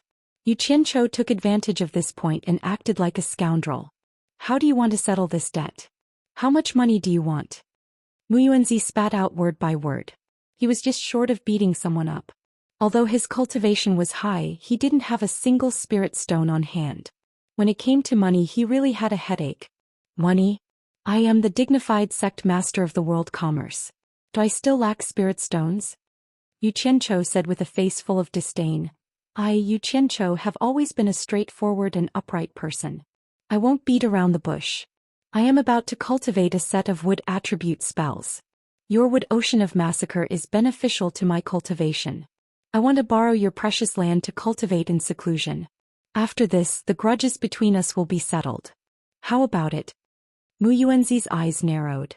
He didn't expect that this person would dare to say he wanted to cultivate a wood attribute spell in front of him. Moreover, he wanted to do it right under his nose. It wasn't an exaggeration to say that he was extremely daring. After staring at Yu Qianqiu for a while, he stopped looking at him and turned around to face the vast sea of Mu Shahai with his walking stick and said slowly, 1 year. I'll give you 1 year's time. I don't care how long you need to go into seclusion. Once the 1-year period is over, you must immediately scram out of the Woodkiller Sea. After that, you're not allowed to meet Lu Er again. Otherwise, I'll make sure you die." These words meant that he had agreed to Yu Qianqiu, but he added another condition. "Grandpa." Lu Er called out, feeling wronged. Then she looked at Yu Qianqiu and shook her head repeatedly, signaling him not to agree. Yu Qianqiu, on the other hand, turned his head away guiltily, pretending not to see anything. Judging from his past experience, he reckoned that it would not take more than a year to practice the wood secret art. He then shouted, "Fine. It's a deal." After hearing the reply, Mu Yuanzi let out a cold snort. Ignoring Lure, his figure flashed and he disappeared from the mountain peak. He was not afraid that Yu Qianqiu would cause any trouble in the Wood Killer Sea, because if something happened, Yu Qianqiu would have nowhere to run even if he wanted to. This was his territory. As long as he did not open the Gate of Wonders, taking care of Yu Qianqiu would be a piece of cake. Under the ancient language tree at the mountain peak, Lure buried her head to the side with a depressed expression, not making a sound. Yu Qianqiu rubbed his nose helplessly, coughed and said, "Lure, where are your parents? It's my first time here, so I should pay them a visit." "Lure is a wood spirit, how could I have parents?" Lure lowered her head and muttered softly. Yu Qianqiu made an "oh" sound when he heard this. Then he turned to a relaxed smile and said, "Lure, are you angry at me?" Lure did not make a sound, indicating her tacit agreement. Yu Qianqiu helplessly smiled bitterly. With a hint of a fawning tone, he half coaxed and half begged, "Lure, I want to choose a place to cultivate. Can you bring me around the Wood Killer Sea to look around?" The little lass was soft-hearted and could not resist coaxing. She only hesitated for a short while before revealing a reluctant expression. She pouted and said, "What's so good about the Wood Killer Sea? It's the same everywhere." Yu Qianqiu chuckled and waved his hand to retrieve the two swords with the grilled fish stuck in them. He directly floated in the air. When Lure also flew up, he looked around and asked, "Where do you and your grandfather usually live?" Lure heard this and flew into the distance without a word. Yu Qianqiu was stunned for a moment before he followed. Flying over a small plain in a valley, he saw a towering tree that had fallen to the ground and bloomed. The lush canopy covered an area of several miles. There were many egrets nesting on the canopy, and on the plain grassland that was enshrouded in white mist, there were many bison coming and going in groups. It was a natural and beautiful scene. Yu Qianqiu did not know why the little lass brought him here, but he saw Lure point at the tree on the plain and say, "There is a hole in the tree trunk that spirals upwards. It's a natural residence and it's very spacious. Grandfather and I live in there." "Oh." Yu Qianqiu nodded slightly. He thought that it was naturally no problem for people to live in such a large tree trunk, so he asked, "You said that the people in the Wood Killer Sea always let you play mahjong. Are there other people living in the treehouse?" "Only grandfather and I live in the treehouse. Other people do not dare to come here and disturb grandfather." Lure waved her hand and pointed at the vast Wood Killer Sea and said, "They are scattered in the forest in all directions to practice. When I want to play mahjong, I will sneak into the forest to find them." Yu Qianqiu replied with an "oh." He wanted to visit the treehouse to see what it was like. However, he thought that Old Man Mu did not like him and that going there would only be a thrill, so he dismissed the idea. He looked around and sighed. "I'd better find a place to practice in seclusion." Lure did not object, and the two went straight to the west one after another. Looking down from the sky, the terrain of the entire Wood Killer Sea was very simple. There were hills, mountains, plains, lakes and rivers. The ground was mostly covered with green vegetation. There were no deserts, no gobi, no seas and no snowfields. It was a planet with green vegetation, and it was not without reason that it was named Wood Killer Sea. The area of this green planet was not big. It was at most 1/10 of the size of the human world that Yu Qianqiu was in. The two flew and stopped for less than a day, and they had already circled the Wood Killer Sea once and flew to the sky above the ancient language tree. There was nothing to be picky about here if he wanted to practice in seclusion. Finally, Yu Qianqiu pointed to a dense forest that was enshrouded in white fog and asked, "There won't be any problems if I go to that forest to practice in seclusion, right? I'll go greet them. They won't disturb you." Lure, who was in a much better mood, flew down first and Yu Qianqiu followed closely behind. The "them" that Lure referred to were actually some of the plant demons in the forest. They were all dressed in strange attire, and when they saw Lure, they were very respectful. Lure told them the purpose of Yu Qianqiu's visit, and the group of plant demons immediately obeyed. It was as if Lure was their master. After the plant demons memorized Yu Qianqiu's appearance, they all disappeared into the forest, and the silent Yu Qianqiu impatiently sat cross-legged in the dense fog of the forest. Seeing that he entered the state so quickly, Lure pouted unhappily. She was blaming him for burning the bridge after crossing it. Little did she know that when Yu Qianqiu descended into this dense forest that was enshrouded in spiritual fog, the nerves in his brain immediately twitched, and the vast star map in his brain was immediately activated. However, seeing that there were many living people present, he had no choice but to resist. When all the living people left, he immediately sat cross-legged and entered the state, afraid that he would miss the opportunity to comprehend the wood art. Although Lure was a little unhappy, she didn't dare to disturb him. She quietly floated a few miles away, but she didn't go too far. Moreover, she would often sneak back to observe Yu Qianzhou's movements. The forest was quiet and the dense fog drifted. Yu Qianzhou, who was sitting cross-legged, was faintly discernible in the fog, like an old monk in meditation, not moving at all. After a few days, his eyebrows gradually locked together, as if he had encountered something he couldn't figure out. Lure, who had been secretly observing him, was very curious. She didn't know what kind of heart demon he had encountered in the process of cultivation that he couldn't resolve, so she flew and sat on the trunk of an ancient tree not far from Yu Qianzhou, and continued to secretly observe Yu Qianzhou. After another half a month, Yu Qianzhou's tightly locked eyebrows finally began to gradually relax, as if he had already found a solution to the problem. He was here in seclusion to comprehend the wood art. Outside in the ancient forest, the great bright wheel was becoming more and more anxious under the ancient language tree. The fish no longer had the mood to continue roasting, but it couldn't find a better solution, so it could only wait anxiously under the ancient language tree. However, the others, led by Jin Tai and Bai Qi, were still unwilling to give up. They continued to search in the ancient forest, and they had almost searched the entire ancient forest. In the blink of an eye, a month's time quickly passed. Lure, who felt that it was somewhat dull, gradually lost her patience. She was currently lying on the trunk of the tree with her hands supporting her chin, and her legs hooking and kicking as she watched two praying mantises fight. Just as the two little insects were entangled and biting each other, a strange throbbing suddenly spread out from under the tree. The movements of the two biting insects froze, as if they had also sensed that something was amiss. Lure looked down the tree with some surprise. She saw that the mist around Yu Qianzhou was spreading out in all directions like ripples. Not long after, the mist in this area of the forest was completely dispersed without a trace. Lure, who was feeling strange, suddenly stood up.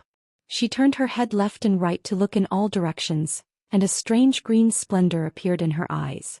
She immediately discovered that the surrounding trees and vines were continuously emitting indiscernible specks of green light. They scattered and fluttered towards Yu Qianzhou's body and gathered on his body. At first it was just specks of green light probing. Then it developed into patches. The specks of green light swarmed into the pores all over Yu Qianzhou's body. He's absorbing the wood element. Lure cried out in shock. Then she quickly covered her mouth, afraid that she would disturb Yu Qianzhou's cultivation. However, it didn't take long before Lure felt afraid. The specks of green light of the wood element were pouring out of the trees in all directions at a terrifying speed, gathering on the cross-legged sitting Yu Qianzhou's body in an endless stream. Those ancient trees that had grown for hundreds, thousands, or even tens of thousands of years, as well as the vines on the ground, were all withering at a visible speed.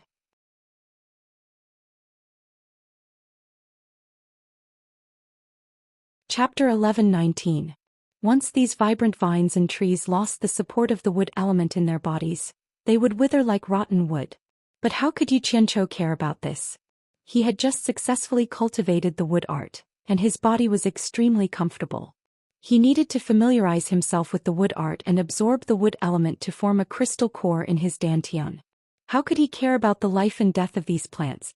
As he became more and more proficient with the wood art, the speed at which he absorbed the wood element also became faster and faster.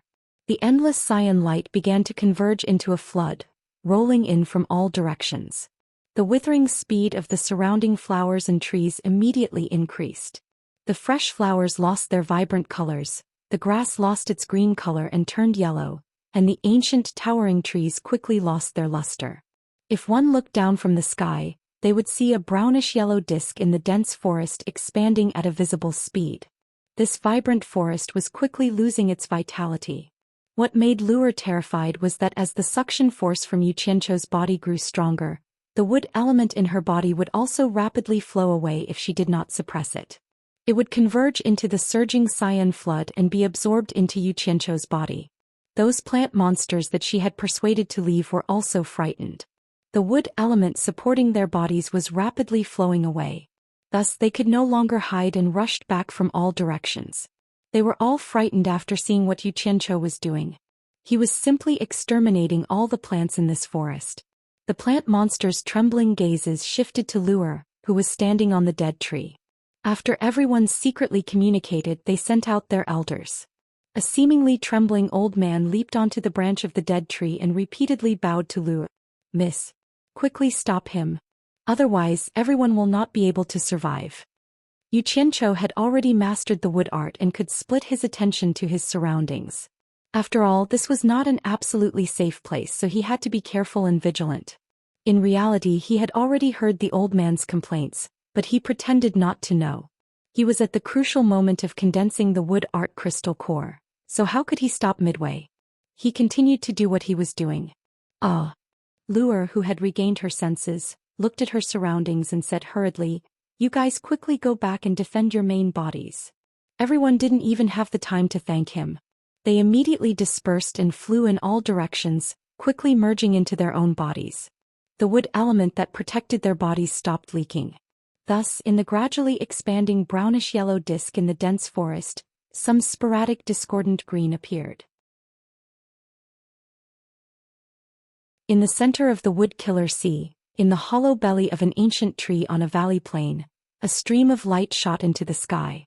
Mu Yuanzi was floating in the air. He had also sensed the abnormal activity in the wood massacre sea. He looked at the expanding brown circle of death in bewilderment and was immediately shocked. He turned into a streak of light and shot over. As soon as he flew over, he could easily see Yu Qianqiu sitting cross-legged. The dense leaves covering Yu Qianqiu had withered and died. The green wood element that was gathering from all directions was crazily pouring into Yu Qianqiu's body. Almost all the plants within a radius of 10 miles had died. Mu Yuanzi immediately shouted angrily, "How dare you? Stop at once." Upon hearing this, Yu Qianqiu was shocked. He was afraid that the old man would stop, so he hurriedly shouted angrily, "Senior Mu, you promised to let me cultivate in seclusion in the wood massacre sea for a year. Are you going to go back on your word?" Although he had opened his eyes to speak, he didn't stop absorbing the wood element. Mu Yuanzi had already scurried down. He glared at Luer as if blaming her for not stopping him. Then he stared at Yu Qianqiu and said sternly, "If you don't stop, don't blame me for forcefully interrupting your cultivation and causing you to suffer from qi deviation." "Old man Mu, you're going back on your word. You're going too far." Yu Qianqiu was a little anxious and scolded him on the spot. "I promised you to cultivate in the wood massacre sea, but I didn't allow you to forcefully absorb the wood element in my wood massacre sea." Mu Yuanzi shouted angrily. He raised the wooden staff in his hand and slashed it in all directions with an imposing manner as sharp as a knife. It immediately cut off Yu Qianqiu's absorption of the wood element in the wood massacre sea. The torrential current that had lost its destination quickly flowed towards the head of the wooden staff in Mu Yuanzi's hand. Yu Qianqiu's expression changed drastically.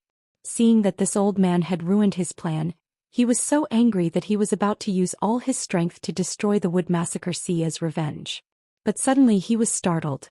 Then a joyful expression appeared on his face and he quickly closed his eyes. Yu Qianqiu's dantian shook fiercely. He sent his divine sense into his dantian to take a look. He saw that there was another crystal core shining with a blue light in his dantian. It formed a circle with the red crystal core representing the fire art, the black crystal core representing the water art, the white crystal core representing the gold art, and the yellow crystal core representing the earth art. Yu Qianqiu was immediately overjoyed. He didn't expect that the green crystal core that represented the wood art would actually condense at the critical moment when the wood element was cut off. The heavens were really on his side. This meant that he had truly mastered the wood art. He couldn't be bothered to bicker with that old man anymore. Luer looked weakly at her grandfather. Mu Yuanzi's anger had yet to dissipate, and his eyes were filled with killing intent as he looked at Yu Qianqiu. Luer was secretly alarmed and anxious. Mu Yuanzi had seen people who cultivated the wood art before, but this was the first time he had seen someone who could absorb the wood element. This was equivalent to grasping the source of the wood art. He faintly sensed that the wood art that Yu Qianqiu cultivated was not simple. One mistake would most likely lead to a disaster for the plants and trees of the three realms. Should he keep this kid or should he kill him or not? Mu Yuanzi's expression was dark and gloomy, and he was having a great battle in his heart. On one hand, he felt that keeping Yu Qianqiu alive would be a disaster for the plants and trees of the three realms. On the other hand, if he killed Yu Qianqiu, he who had always been aloof and virtuous would not be able to accept it. After struggling for a while, Mu Yuanzi forcefully suppressed his killing intent. He had promised to let the other party enter seclusion for a year, but he killed him while he was cultivating. Mu Yuanzi could not bring himself to do such a thing. The main reason was that he did not want the integrity that he had upheld for so many years to be destroyed by a mere Yu Qianqiu. On the other hand, he was not afraid of what Yu Qianqiu could do. Even if Yu Qianqiu did something out of line, he was confident that he could get rid of this scourge at any time. After all, the difference in cultivation between the two of them was too great. Seeing that the killing intent in her grandfather's eyes had disappeared, Lu immediately heaved a sigh of relief. As for Yu Qianqiu, there was a huge change in his dantian. He did not have the energy to care too much about it. He quickly opened his eyes and looked at Mu Yuanzi.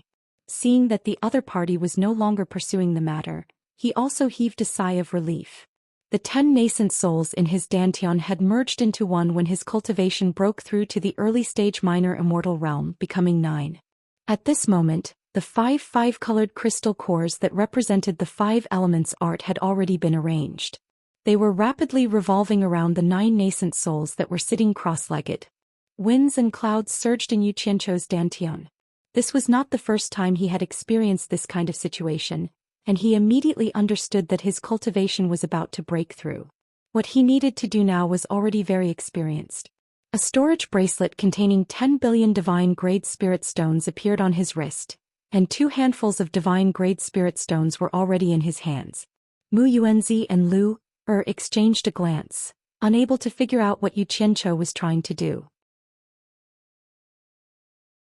When they turned around, they discovered that the 2 handfuls of divine-grade spirit stones in Yu Qianqiu's hands had their spiritual energy sucked dry, turning from black to grayish-white. Even Yu Qianqiu himself seemed to be frightened by his own actions. Although his eyes were closed, the muscles on his face twitched violently. The dried-up spirit stones in his hands fell to the ground with a huala sound, and 2 more handfuls of divine-grade spirit stones appeared in Yu Qianqiu's hands. However, it felt like a cup of water on a burning cart of firewood. With 2 handfuls of spirit stones in his hands, the spiritual energy was sucked dry in a breath's time. Even after grabbing more than a dozen handfuls of spirit stones, he still felt that it was too slow. Fortunately, he had already forged his immortal physique. If it was in the past, his meridians wouldn't have been able to withstand such an overload of spiritual energy. All of a sudden, Yu Qianqiu's arms moved and the ground caved in, forming a deep funnel. Yu Qianqiu was sitting in the center of the funnel. The grandfather and grandson duo were confused as to what Yu Qianqiu was doing, but the storage bracelet on Yu Qianqiu's wrist emitted a series of rattling noises. Black spirit stones gushed out like a fountain, filling up the entire funnel in an instant, burying Yu Qianqiu inside. Grandfather. What is he doing? Lu couldn't help asking curiously. Mu Yuanzi had also forgotten about the previous matter. His eyes were filled with doubt as he shook his head and said, "It seems like he is absorbing the spiritual energy from the spirit stones to cultivate. But how can his body endure absorbing so much spiritual energy in such a short period of time? I have also never seen such a thing before. We'll know if we continue watching." Lu nodded and said, "Oh. How could the grandfather and grandson duo know that the 5 crystal cores in Yu Qianqiu's dantian were spinning rapidly? It was like a bottomless black hole. No matter how much spiritual energy there was, it would still be sucked in without any resistance. If Yu Qianqiu didn't use spiritual energy to fill up his dantian, then even his intestines, heart and lungs would be sucked in." In less than a moment, the large amount of black spirit stones that were burying Yu Qianqiu in the funnel gradually turned grayish-white. Almost at the same time that the large amount of spiritual energy in the spirit stones was exhausted, there was a crashing sound as the grayish-white spirit stones all flowed out from the bottom of the funnel. They saw a large black hole appear at the bottom of the funnel under Yu Qianqiu's butt. After all the dried-up spirit stones were drained, the black hole quickly healed. The storage bracelet on Yu Qianqiu's wrist once again spewed out a large amount of spirit stones to bury himself. The grandfather and grandson duo were dumbstruck. They discovered that using this method to absorb the spiritual energy in the spirit stones was indeed very fast. Mu Yuanzi was truly speechless. He suddenly felt that he had lived all these years in vain. In the past he had always thought that he was experienced and knowledgeable. However, today Yu Qianqiu had truly broadened his horizons. Not to mention anything else, there was actually someone who felt that the speed at which he absorbed spiritual energy was too slow. Thus, he used spirit stones to bury himself in a large funnel to save himself the trouble.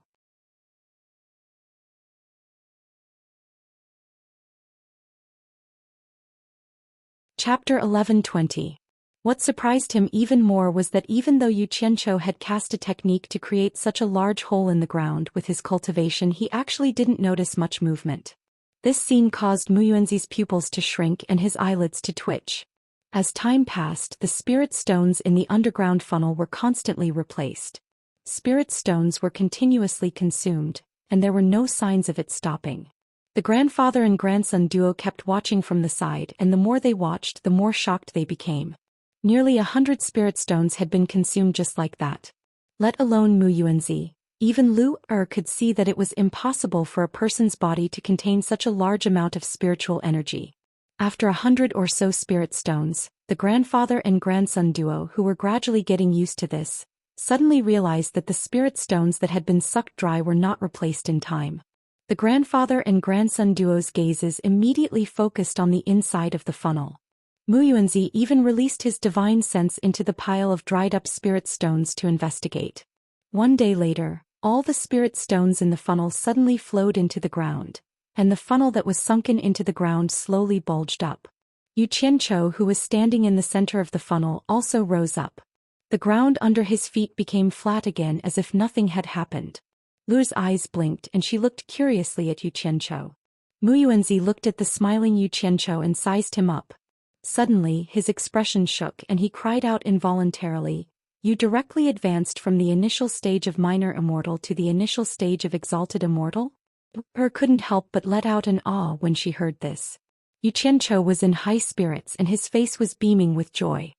He chuckled and cupped his hands at the two, saying, "This is all thanks to Senior's feng shui treasured land." Mu Yuanzi's eyes were filled with bewilderment, but they gradually returned to normal. He narrowed his eyes and said in a deep voice, "You also know how to control the earth attribute?" Yu Qianqiu was startled and he knew he couldn't hide it anymore, so he said perfunctorily, "I know a thing or two." Mu Yuanzi slowly turned around and after a moment of silence he looked back at Yu Qianqiu and said indifferently, "I don't care what secrets you're hiding, this old man hopes that you remember what you said.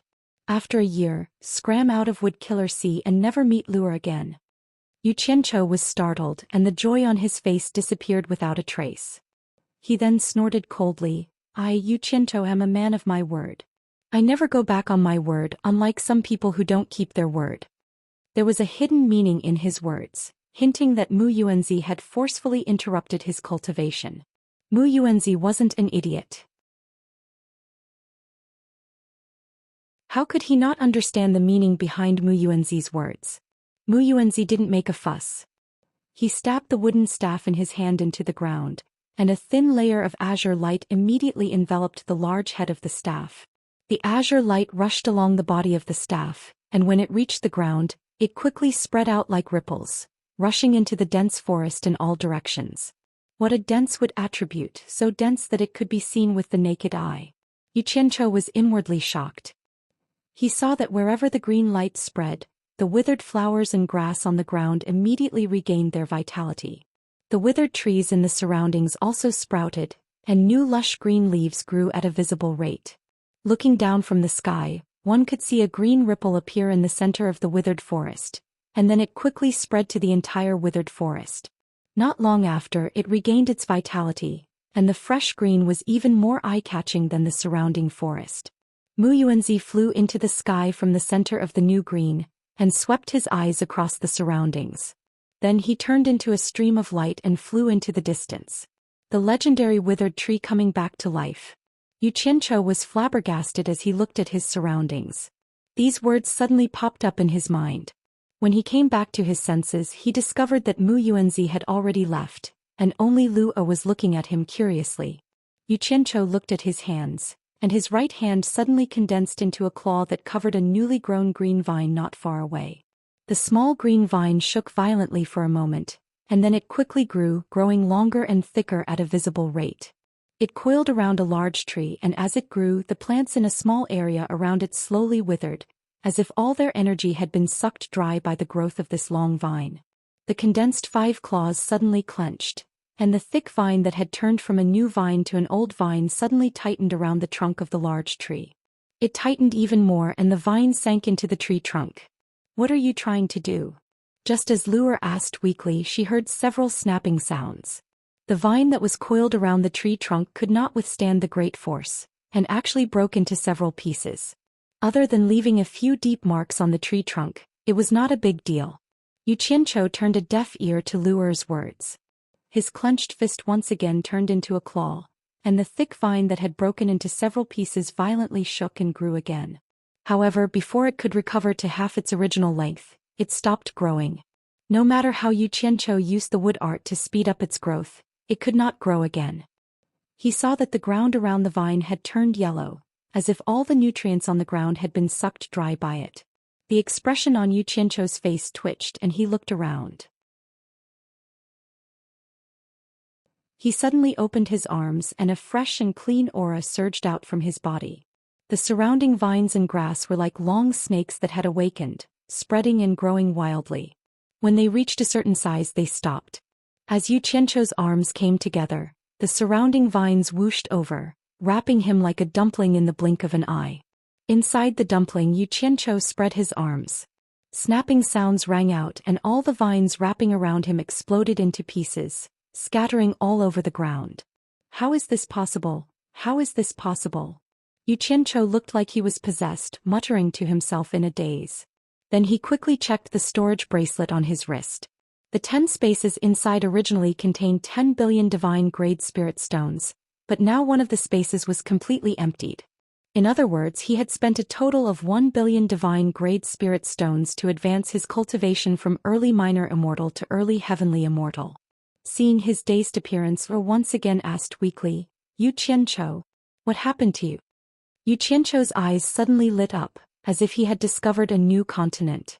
He directly teleported to Lure's side, holding her shoulders with both hands, shaking her. "Lu, aren't you a wood spirit? You and your grandfather should be proficient in wood element spells, right? Are there any killing moves among the wood element spells that are more powerful? Can you show it to me?" The reason why he lost his composure was because he felt that the wood element was too weak. He almost couldn't believe it. The wood element was the one that took the longest time, and was the most difficult to cultivate. Its power shouldn't be this weak. He thought of the earth element, which wasn't very powerful, and couldn't help but have a strange feeling. Could it be that the easier it was to cultivate, the stronger it was, and the harder it was to cultivate, the weaker it was? This didn't make sense. He guessed that he had just learned it and had yet to comprehend its profoundness, so he asked Lu to clear his doubts. Lu hummed like an obedient baby. Yu Qianqiu smiled flatteringly and quickly let go of her shoulders. He saw Lu look around and then flash to a small yellow flower not far away. She stretched out a finger and pointed at the flower. The flower quickly sped up, and as the petals withered, it had already produced a mature fruit, flower seed. Quickly plucked it and flashed back to Yu Qianqiu.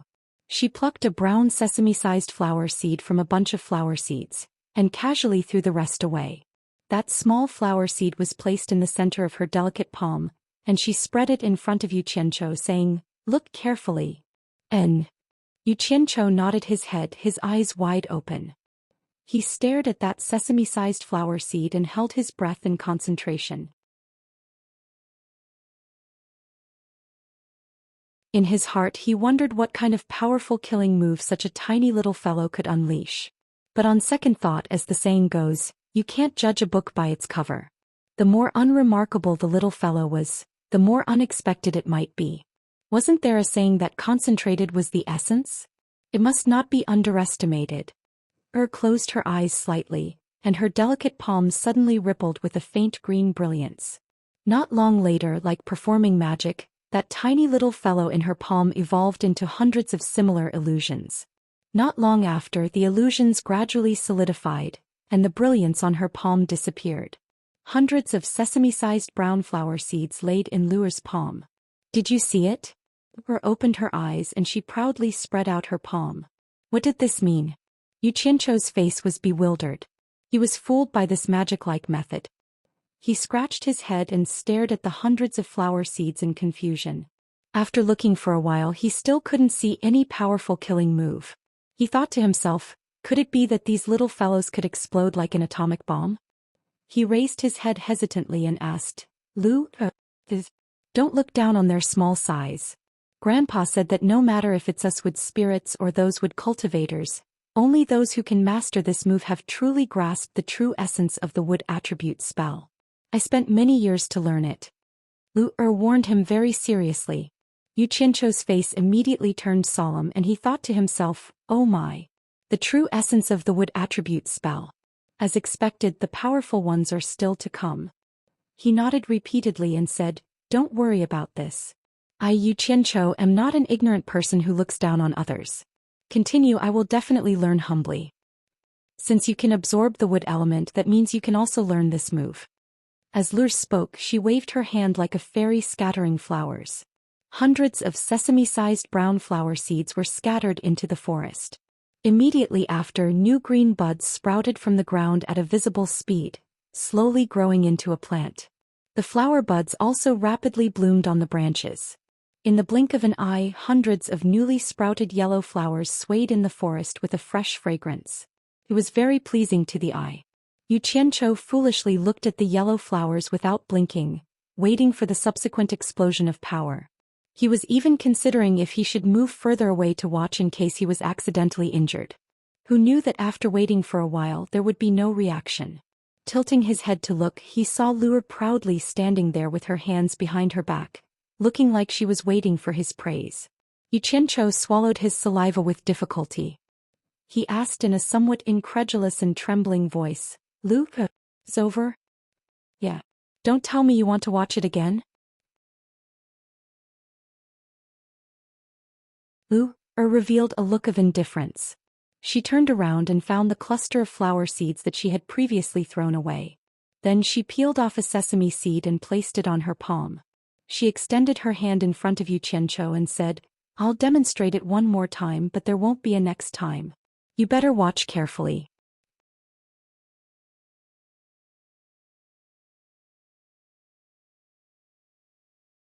Chapter 11:21. It's over. I've failed miserably in a simple task today. As expected, the more harmless something seemed, the easier it was to deceive people. Yu Qianqiu immediately had difficulty breathing, his brain lacking oxygen.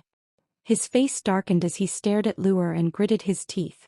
Lure, you tricked me? If they weren't in someone else's territory, he would tie her up and beat her up before saying anything else. A gentleman prefers death to humiliation. Lure was stunned. How did I trick you? Yu Qianqiu was exasperated and speechless as he pointed at the sesame seed on her palm and said indignantly, what kind of powerful killer move is this? Can plants kill people? You're still saying you're not tricking me?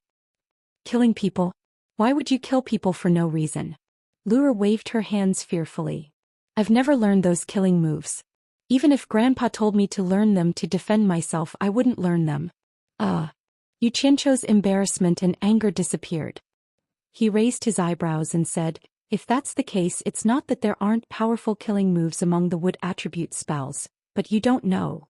His tone suddenly took a 360-degree turn. Like a wolf grandmother, he said patiently, does your grandpa know a lot? He remembered that Bai Changchun once said that the 5-element spell he cultivated was a great spell of the origin of heaven and earth. After mastering it, it would be very powerful. Even Bai Changchun himself sighed at his inferiority. But now that he had completely mastered the 5-element spell, other than his cultivation increasing a little, he didn't find it very powerful. It was far from Old Man Bai's impressive means. He faintly felt that he had a mountain of treasures, but he didn't find the key to open it. Lure nodded, then quickly shook her head. Although Grandpa knows, he won't teach it to outsiders. Teach it to outsiders? Again? Yu Qianqiu asked curiously, you mean your grandpa once taught powerful killing moves to others?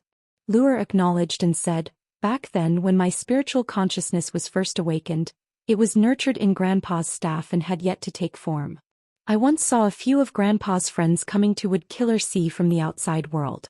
I heard from Grandpa that their cultivations were very profound, even more powerful than Grandpa's. One of them was said to be the #1 expert of the 3 realms, called Demonic God Knight. Demon God? Yu Qianqiu was shocked. Did your grandfather impart a powerful killer move to Demon God? That's not right. Even if a normal person knew about a Wood Elementalist's killer move, they wouldn't be able to practice it. Could it be that the Fiend Celestial also knows Wood Elemental spells? Lure shook her head and said, no. At that time there were many things that I didn't understand. Later on I heard from Grandpa that Demon God Knight had many experts under him. One of them was called Demon King Clear Sky, who was also a wood cultivator. Demon God Knight once asked Grandpa for a set of spells suitable for wood cultivators for that subordinate of his. Grandpa wanted to show off that his abilities weren't bad, so he gave Demon God Knight a set of Green Devil Seed cultivation spells. Later on, when the 3 realms were in chaos, Demon God Knight went berserk and led his subordinates to massacre the 3 realms. Only then did Grandpa know that he had caused trouble. This matter made Grandpa very vexed, and from then on he didn't easily impart spells anymore. Green Devil Seed? Is that a very powerful killer move? Yu Qianqiu licked his lips covetously. Grandpa said that once the Green Devil Seed is injected into the human body, it will silently take root and sprout in the human body. The person won't be able to detect it at all. After it completely takes over the body, it will start to take effect and the entire person will turn green. Under the control of the caster, they will become a wood puppet. The scariest thing is that the person under the spell is clearly conscious, but their own body will no longer have the slightest connection with them. No matter how high their cultivation is, they won't be able to control themselves. They can only watch helplessly as they do things that they don't want to do, suffering mental torture, Lure said with some horror. Why was it somewhat similar to Yan Zhuixing's demon eye ecstasy? However, the torture that made one's consciousness remain conscious was even more vicious. Yu Qianqiu pondered and said with a frown, is there no way to break it? There is. Lure nodded and said, Grandpa said that anyone who cultivates this art can break it. However, the prerequisite is that their cultivation is higher than the caster. Other than that, there is no other way to break it. Back then, when Grandpa learned that Demon God Knight's subordinate, the Clear Sky Great Demon King, used this art to wreak havoc in the 3 realms, he personally went to find Demon God Knight to denounce him. Demon God Knight made that Clear Sky Great Demon King stop using this art. After that, Demon God went to the God Realm and the Demon Realm was sealed, so this art never appeared in the 3 realms again. Faster thief. One's cultivation needs to be higher than the caster, and one has to cultivate this art to be able to break it. That Clear Sky Great Demon King was able to follow Demon God, so his cultivation must be extraordinary. Then other than him, who else can break it? Yu Qianqiu said in shock. There's also Grandpa. Lure shook her head and said, as for whether there are others who can break it, even Grandpa didn't discover it. Looks like it is indeed more vicious than Demon Eye Ecstasy. At least Demon Eye Ecstasy is not difficult to break. Yu Qianqiu was secretly shocked, and faintly worried that that bullshit Clear Sky Great Demon King would run out from the demon realm again. However, after thinking about it, he felt that the possibility was not too high and he was worrying too much. He rubbed his hands and asked, are there any other powerful killing moves among the wood attribute arts? Lure finally became alert and she asked in bewilderment, do you really want to learn those powerful killing moves? Having his intentions seen through, Yu Qianqiu coughed and said with a solemn expression, I just want to understand a little more in case I fall into someone else's hands one day. It's better to be prepared. Even if you want to learn, Grandpa won't teach you, Lure said with a pout. Yu Qianqiu's expression stiffened. Thinking that it was indeed impossible for the old fellow to teach him, he couldn't help but become dispirited. Seeing that he was unhappy, Lure hurriedly approached and comforted him. Actually, the true strength of the wood attribute arts is not in those powerful killing moves. It doesn't matter whether you learn them or not. Yu Qianqiu's half-lidded eyelids suddenly opened, rippling with a strange splendor.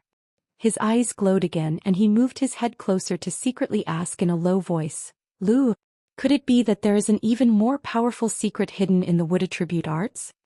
Luer said with a slightly reminiscing expression.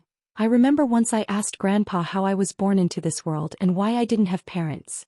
So, Grandpa talked to me about the 5 great spirits of heaven and earth, saying that we are the wood spirits born from the essence of the universe, and that we are the most mystical and the greatest of the 5 great spirits. The most mystical and the greatest? The splendor in Yu Qianqiu's eyes became even brighter and he asked anxiously, what did your grandpa say? Luer tilted her head and recalled, Grandpa said that after many years of comprehension he discovered that the 5 great spirits of heaven and earth should have their own true meaning of life, and our wood spirits is the most profound, representing the most mysterious life in the universe. Therefore, the true meaning that we pursue should be the word life. If we really comprehend the profound meaning of life, we will naturally be very, very powerful. Just this. Yu Qianqiu rolled his eyes on the spot. He wouldn't hide somewhere and slowly comprehend for tens of thousands of years or even hundreds of thousands of years, just for the sake of some profound meaning of life. If he did that, he would definitely go crazy. His creed was that 10,000 years was too long, and he should seize every moment. Yu Qianqiu casually asked with a lack of interest, what is the true meaning that the other 4 spirits of the 5 great spirits of heaven and earth pursue? The little girl didn't know how to read a person's expression and still replied very seriously, I also asked Grandpa about this. Grandpa said he didn't know either, but Grandpa had guessed that if anyone could comprehend all the true meanings of the 5 great spirits of heaven and earth, they would very likely become immortal and reach the powerful realm of eternal life. Immortal and immortal.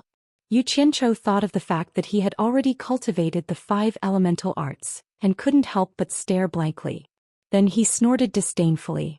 It was more like having nothing to do after eating. Just one true meaning was enough, and to spend countless years to comprehend 5 true meanings, it was more like there was something wrong with his brain. He had now completely lost interest. Just as he retracted his head that was in front of Luer, he suddenly exclaimed in surprise. His nostrils flared and he stuck his head in front of Luer again. He sniffed a few times and looked at Luer strangely. Why can't I smell the fragrance on your body anymore? Luer, who was proud of herself as a teacher, had a huge change in expression when she heard this. She seemed to have thought of something and took a few steps back. She looked at Yu Qianqiu with incomparable horror and said, Grandpa said that humans who have cultivated the wood elemental arts all desire to devour us wood spirits. Could it be that you also want to? Could it be that he couldn't smell the fragrance of the wood spirits because he had cultivated the wood elemental arts? Why was it the exact opposite of what Old Man Mu said? This thought flashed quickly in Yu Qianqiu's mind. He looked at Luer, who was abnormally afraid of him and felt a little helpless. He didn't know what to say. To be honest, Yu Qianqiu wasn't a good person at all. He really had the crooked thought of devouring Luer just now.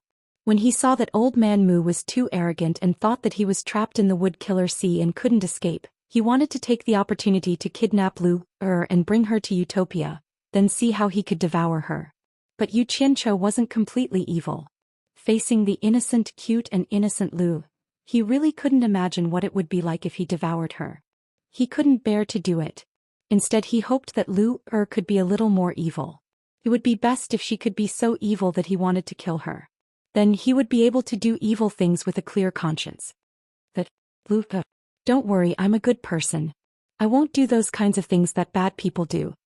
Yu Qianqiu had a bitter smile on his face as he was defeated by Luer. Now he had his eyes on Mu Yuanzi, but Mu Yuanzi's cultivation was too high. It was not something he could deal with his current cultivation. Really? Luer asked a little timidly. Sigh. Whether you believe me or not, I'm going to leave the Wood Killer Sea anyway.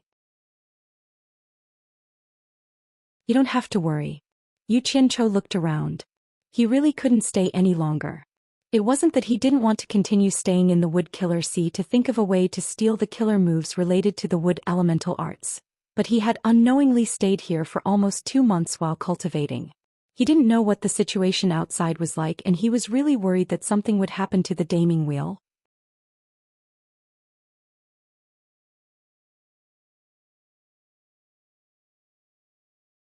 Chapter 11:22. You're leaving already? Luer immediately forgot her fear, and her eyes revealed an expression of wanting him to stay. She said, Grandfather promised to let you go into seclusion in Woodkiller Sea for a year. There's still a lot of time. Yu Qianqiu did not answer her question. He looked at her and said with a faint smile, Lu, listen to your grandfather. Don't sneak out anymore. The outside world is really not suitable for you. Lu was stunned on the spot, not knowing what was going on. Yu Qianqiu waved his hand at her, who was in a daze, and said decisively, Bring me to your grandfather. Let your grandfather send me out. Lu hesitated for a while, as though she didn't want Yu Qianqiu to leave so quickly. Yu Qianqiu immediately smiled and said, If you don't bring me, I'll go by myself. After saying that, he flashed into the air and looked down.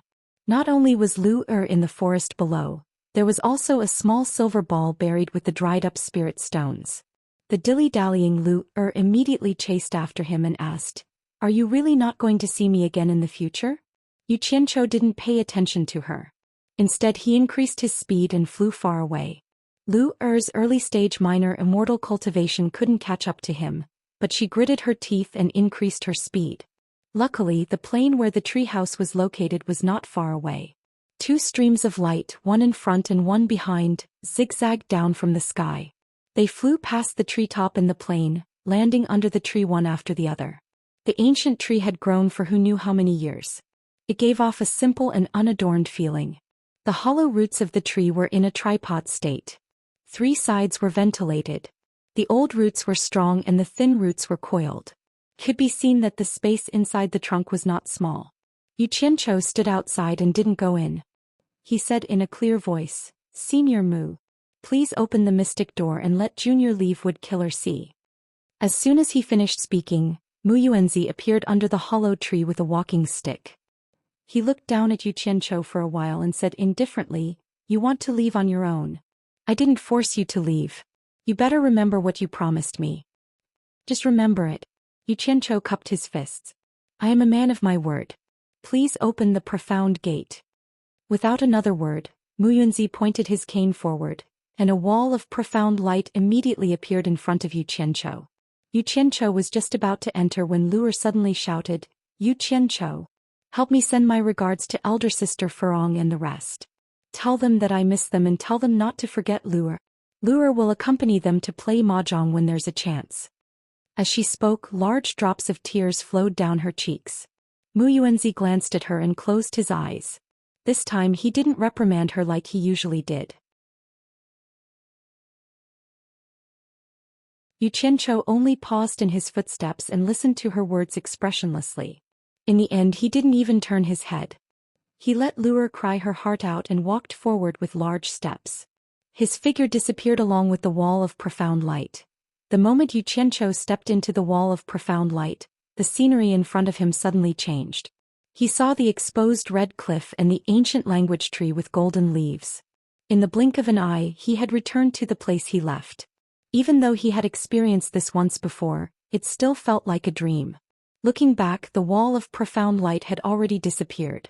Where did you go? Suddenly someone spoke. Yu Qianqiu jumped in fright. He raised his head and saw De Mingluan standing on the branch of the ancient language tree looking at him. He immediately let out a sigh of relief and said, I didn't expect you to still be here. If I couldn't find you, how would I explain to Wei Chuanqiu and the rest? De Mingluan flashed down from the tree and said with a frown, If I didn't guess wrong, you should have gone to Woodkiller Sea. Yu Qianqiu nodded his head and looked around. Jintai and the rest still haven't moved? Did anything happen? They should still be searching everywhere. This is the last thing Jintai and the rest rely on to make a comeback. They won't let it go if they don't find it. Otherwise they will definitely summon us. After De Mingluan finished, he asked, What happened to Woodkiller Sea? How did you get involved all of a sudden? This isn't the place to talk about this. I'll slowly tell you when we get back. Yu Qianqiu looked around and saw that there was no one around. He casually took out the human skin mask and put it on his face. Previously, when he was roasting the fish, he was afraid that the smoke and fire would cause the mask to change color, making it inconvenient to use in the future, so he took it off. Now that the matter wasn't over, he still had to wear it and continue pretending to be awesome. Just as he finished dressing up, the two of them were startled at the same time. They quickly took out the communication jade talismans that Jintai had distributed to everyone. The two of them held the jade talismans for a while and looked at each other in dismay. They then crushed the jade talismans in unison. After doing this, Yu Qianchou sneered, "That madman Jintai really dared to do this." It's not surprising.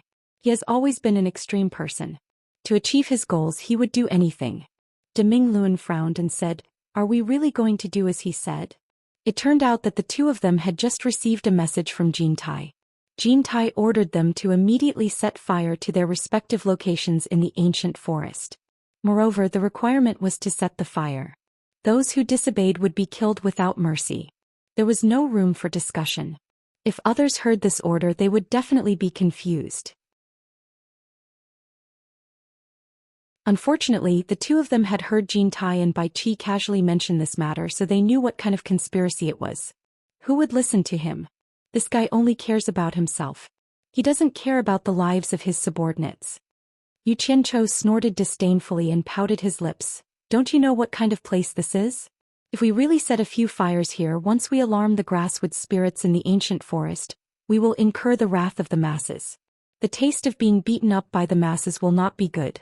At that time, you and I will not be able to bear the consequences. The others don't know about the conspiracy and have no way out.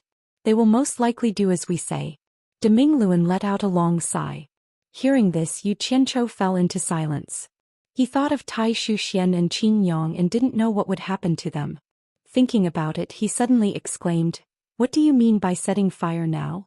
Could it be that Jintai and Bai Qi have already taken the risk to lure Wang Qing and the others here? Otherwise, there is no point in setting fire now." It's not impossible. The two of them saw that they couldn't find that person to help after such a long time, so they won't keep delaying. Otherwise, when Wang Qing and the others stabilize the forces in the Immortal and Netherworld, they will have spies everywhere in the Immortal and Netherworld. Deming Luan pondered for a moment, then said, "At that time, no matter where they escape to, they will inevitably be discovered by Wang Qing and the others. How can they run around like now? I'm afraid that they won't even be able to find a foothold in the three realms. So, it is very likely that Jintai and Bai Qi have already taken the risk. They are just hiding it from everyone and treating everyone as chess pieces." Yu Qianchou nodded in agreement. Suddenly, his gaze stopped in the distance. He was stunned and said, "Someone has already started to do as Jintai said." Deming Luan looked back and saw a cloud of thick smoke rising in the distant sky. Not long after, the sound of a fierce battle came from that direction. Boom! The two of them were shocked by the loud sound behind them and turned around. In the distant sky, 6 snow-blue rainbow dragons shuttled between the heaven and earth. A golden flowing light with extraordinary aura and a white flowing light were fighting with each other. That was not all. A black hurricane that was like a pillar that supported the heavens swept over to help. Countless towering trees were uprooted and swept up into the clouds. They really lured Wang Qing over. That black hurricane is... Deming Luan was shocked and said, "Could it be that King Wu Feng of the Black Mountain has come? I'm afraid so. Looks like Jintai wants to catch both father and son in one fell swoop. So he took the risk to lure them all over." Yu Qianchou snorted disdainfully and sneered. Suddenly he saw many figures flying over in groups from the distant sky. It was obvious that they were not the subordinates of Jintai and Bai Qi, the two bandits. Countless figures flew into the sky from the forest in all directions. Their clothes were all strange and the color was mostly green. It was obvious that they were the plant spirits of the ancient forest. For a moment, angry shouts and the sound of fierce fighting mixed together. All kinds of flowing lights exploded in the sky like fireworks. "Let's take a look first. If it doesn't work, we'll return to the Divine Ruin Realm and not play with them anymore. Go up." Yu Qianchou shouted and took the lead to fly to the ancient language tree. Deming Luan immediately understood that it was a bit conspicuous to stand below. If they were not careful, they might be affected, so he also flashed up. The two of them hid in the dense golden leaves and watched the battle outside through the gaps.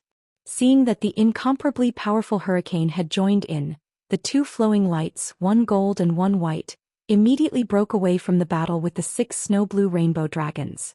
They streaked across the sky at an unbelievable speed and escaped.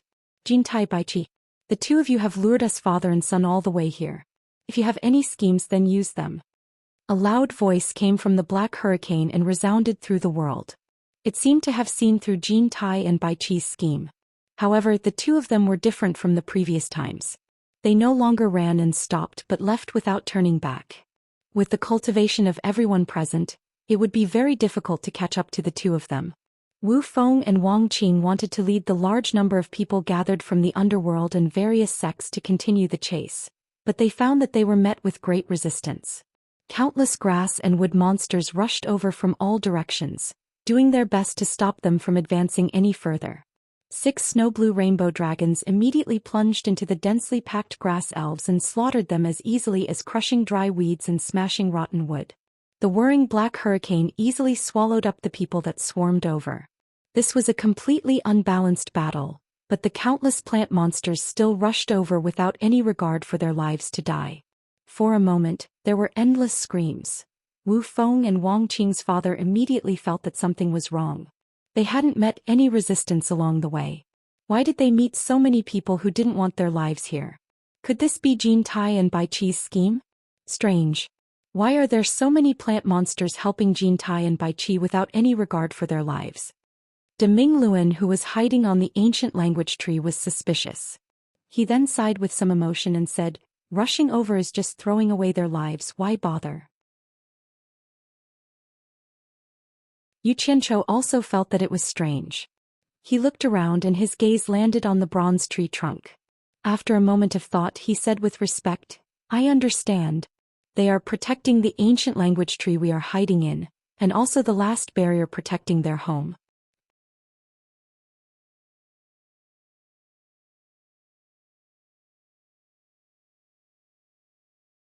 Chapter 11:23. The Great Bright Will didn't understand what he meant for the time being. It just couldn't bear to see countless grass and wood demons courageously dying. It shook its head gently and said, "The ancient forest has always been isolated from the outside world. It has never had any conflicts with the people outside. Can be said that it stands aloof from the world, but in the end it can't avoid being implicated by the people outside." Wang Qing, who was wearing a silver mask and a wide blue robe, looked around. He was a little shocked when he saw the grass monsters coming from all directions to die. He faintly felt that they were not necessarily working for Jin Tai and Bai Chi. In a flash, he waved his sleeves and the 6 rainbow dragons no longer slaughtered wantonly. They quickly converged around his body to defend himself. His eyes flickered and a voice came from under the silver mask. "We are chasing after Jin Tai and Bai Chi. We have no enmity with you, so why are you trying to stop us?" Before anyone could answer, a cold snort came from the black whirlwind. "A group of reckless evildoers, those who stop me will die." The range of the whirlwind rapidly expanded and for a moment, it seemed to have the power to devour the world.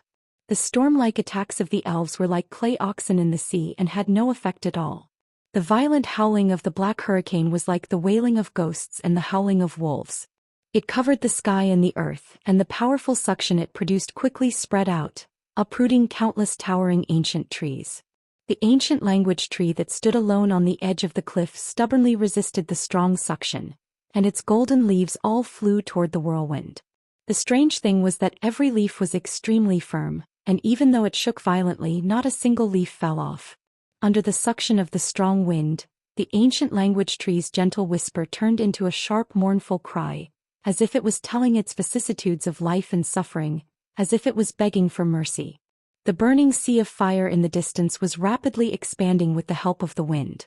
The elves had no time to put out the fire, and they all rushed to block the attack of the strong enemy. Seeing the sea of fire gradually expanding in the ancient forest, the mournful cries soared into the sky, and they didn't know why this disaster suddenly befell them. The billowing smoke was sucked in by the whirlwind, blowing past the ancient language tree. The two people hiding in the canopy were almost smoked. De Mingluan clenched his fist in front of his nose and said, "Let's go. If this goes on, I'm afraid that even the two of us will be implicated." Yu Qianzhou, who was hugging the tree branch tightly in the strong wind, chuckled and said, "There's no rush. There was no hurry. Wait a little longer. If I'm not wrong, there's going to be a good show soon. I guarantee that you'll be able to broaden your horizons. You can't miss this opportunity, hee hee. Is there a good show to watch?" De Mingluan looked left and right. Seeing the strong hurricane approaching, he suddenly frowned and his eyes lit up. You mean the one from Wood Killing Sea? In Wood Monster Sea, under the hollow tree, Lure sat on a tree root.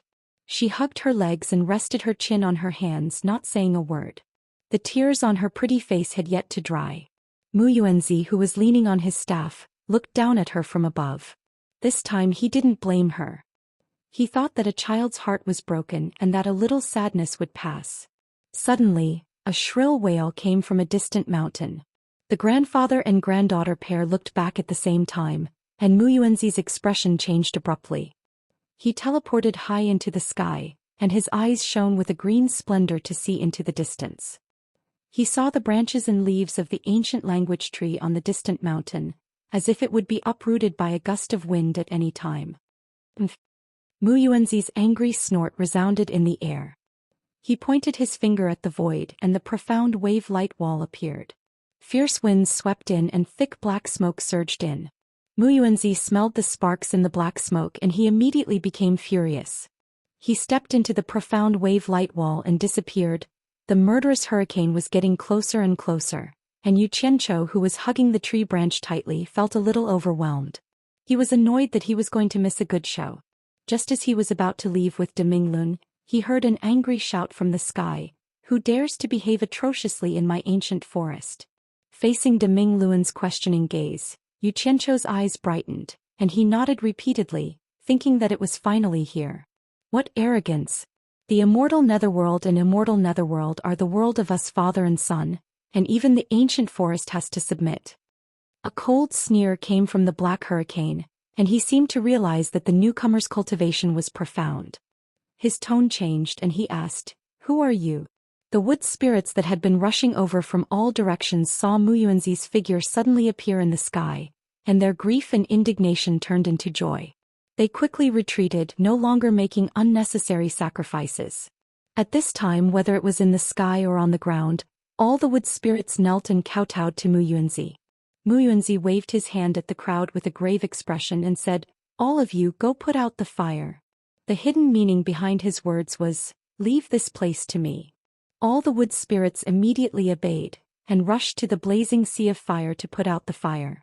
Wang Qing, who was protected by 6 rainbow dragons, looked at the old man with the walking stick in the sky, and his gaze gradually became serious. The moment he came out, he saw the black hurricane kill countless people. Mu Yuanzi, who did not like to kill, was also angry. Without saying anything, the wooden staff in his hand turned into a stream of light and shot up into the sky. In the blink of an eye, a huge wave was set off in the sky, and a pillar that supported the heavens directly smashed towards the center of the black hurricane like a meteor.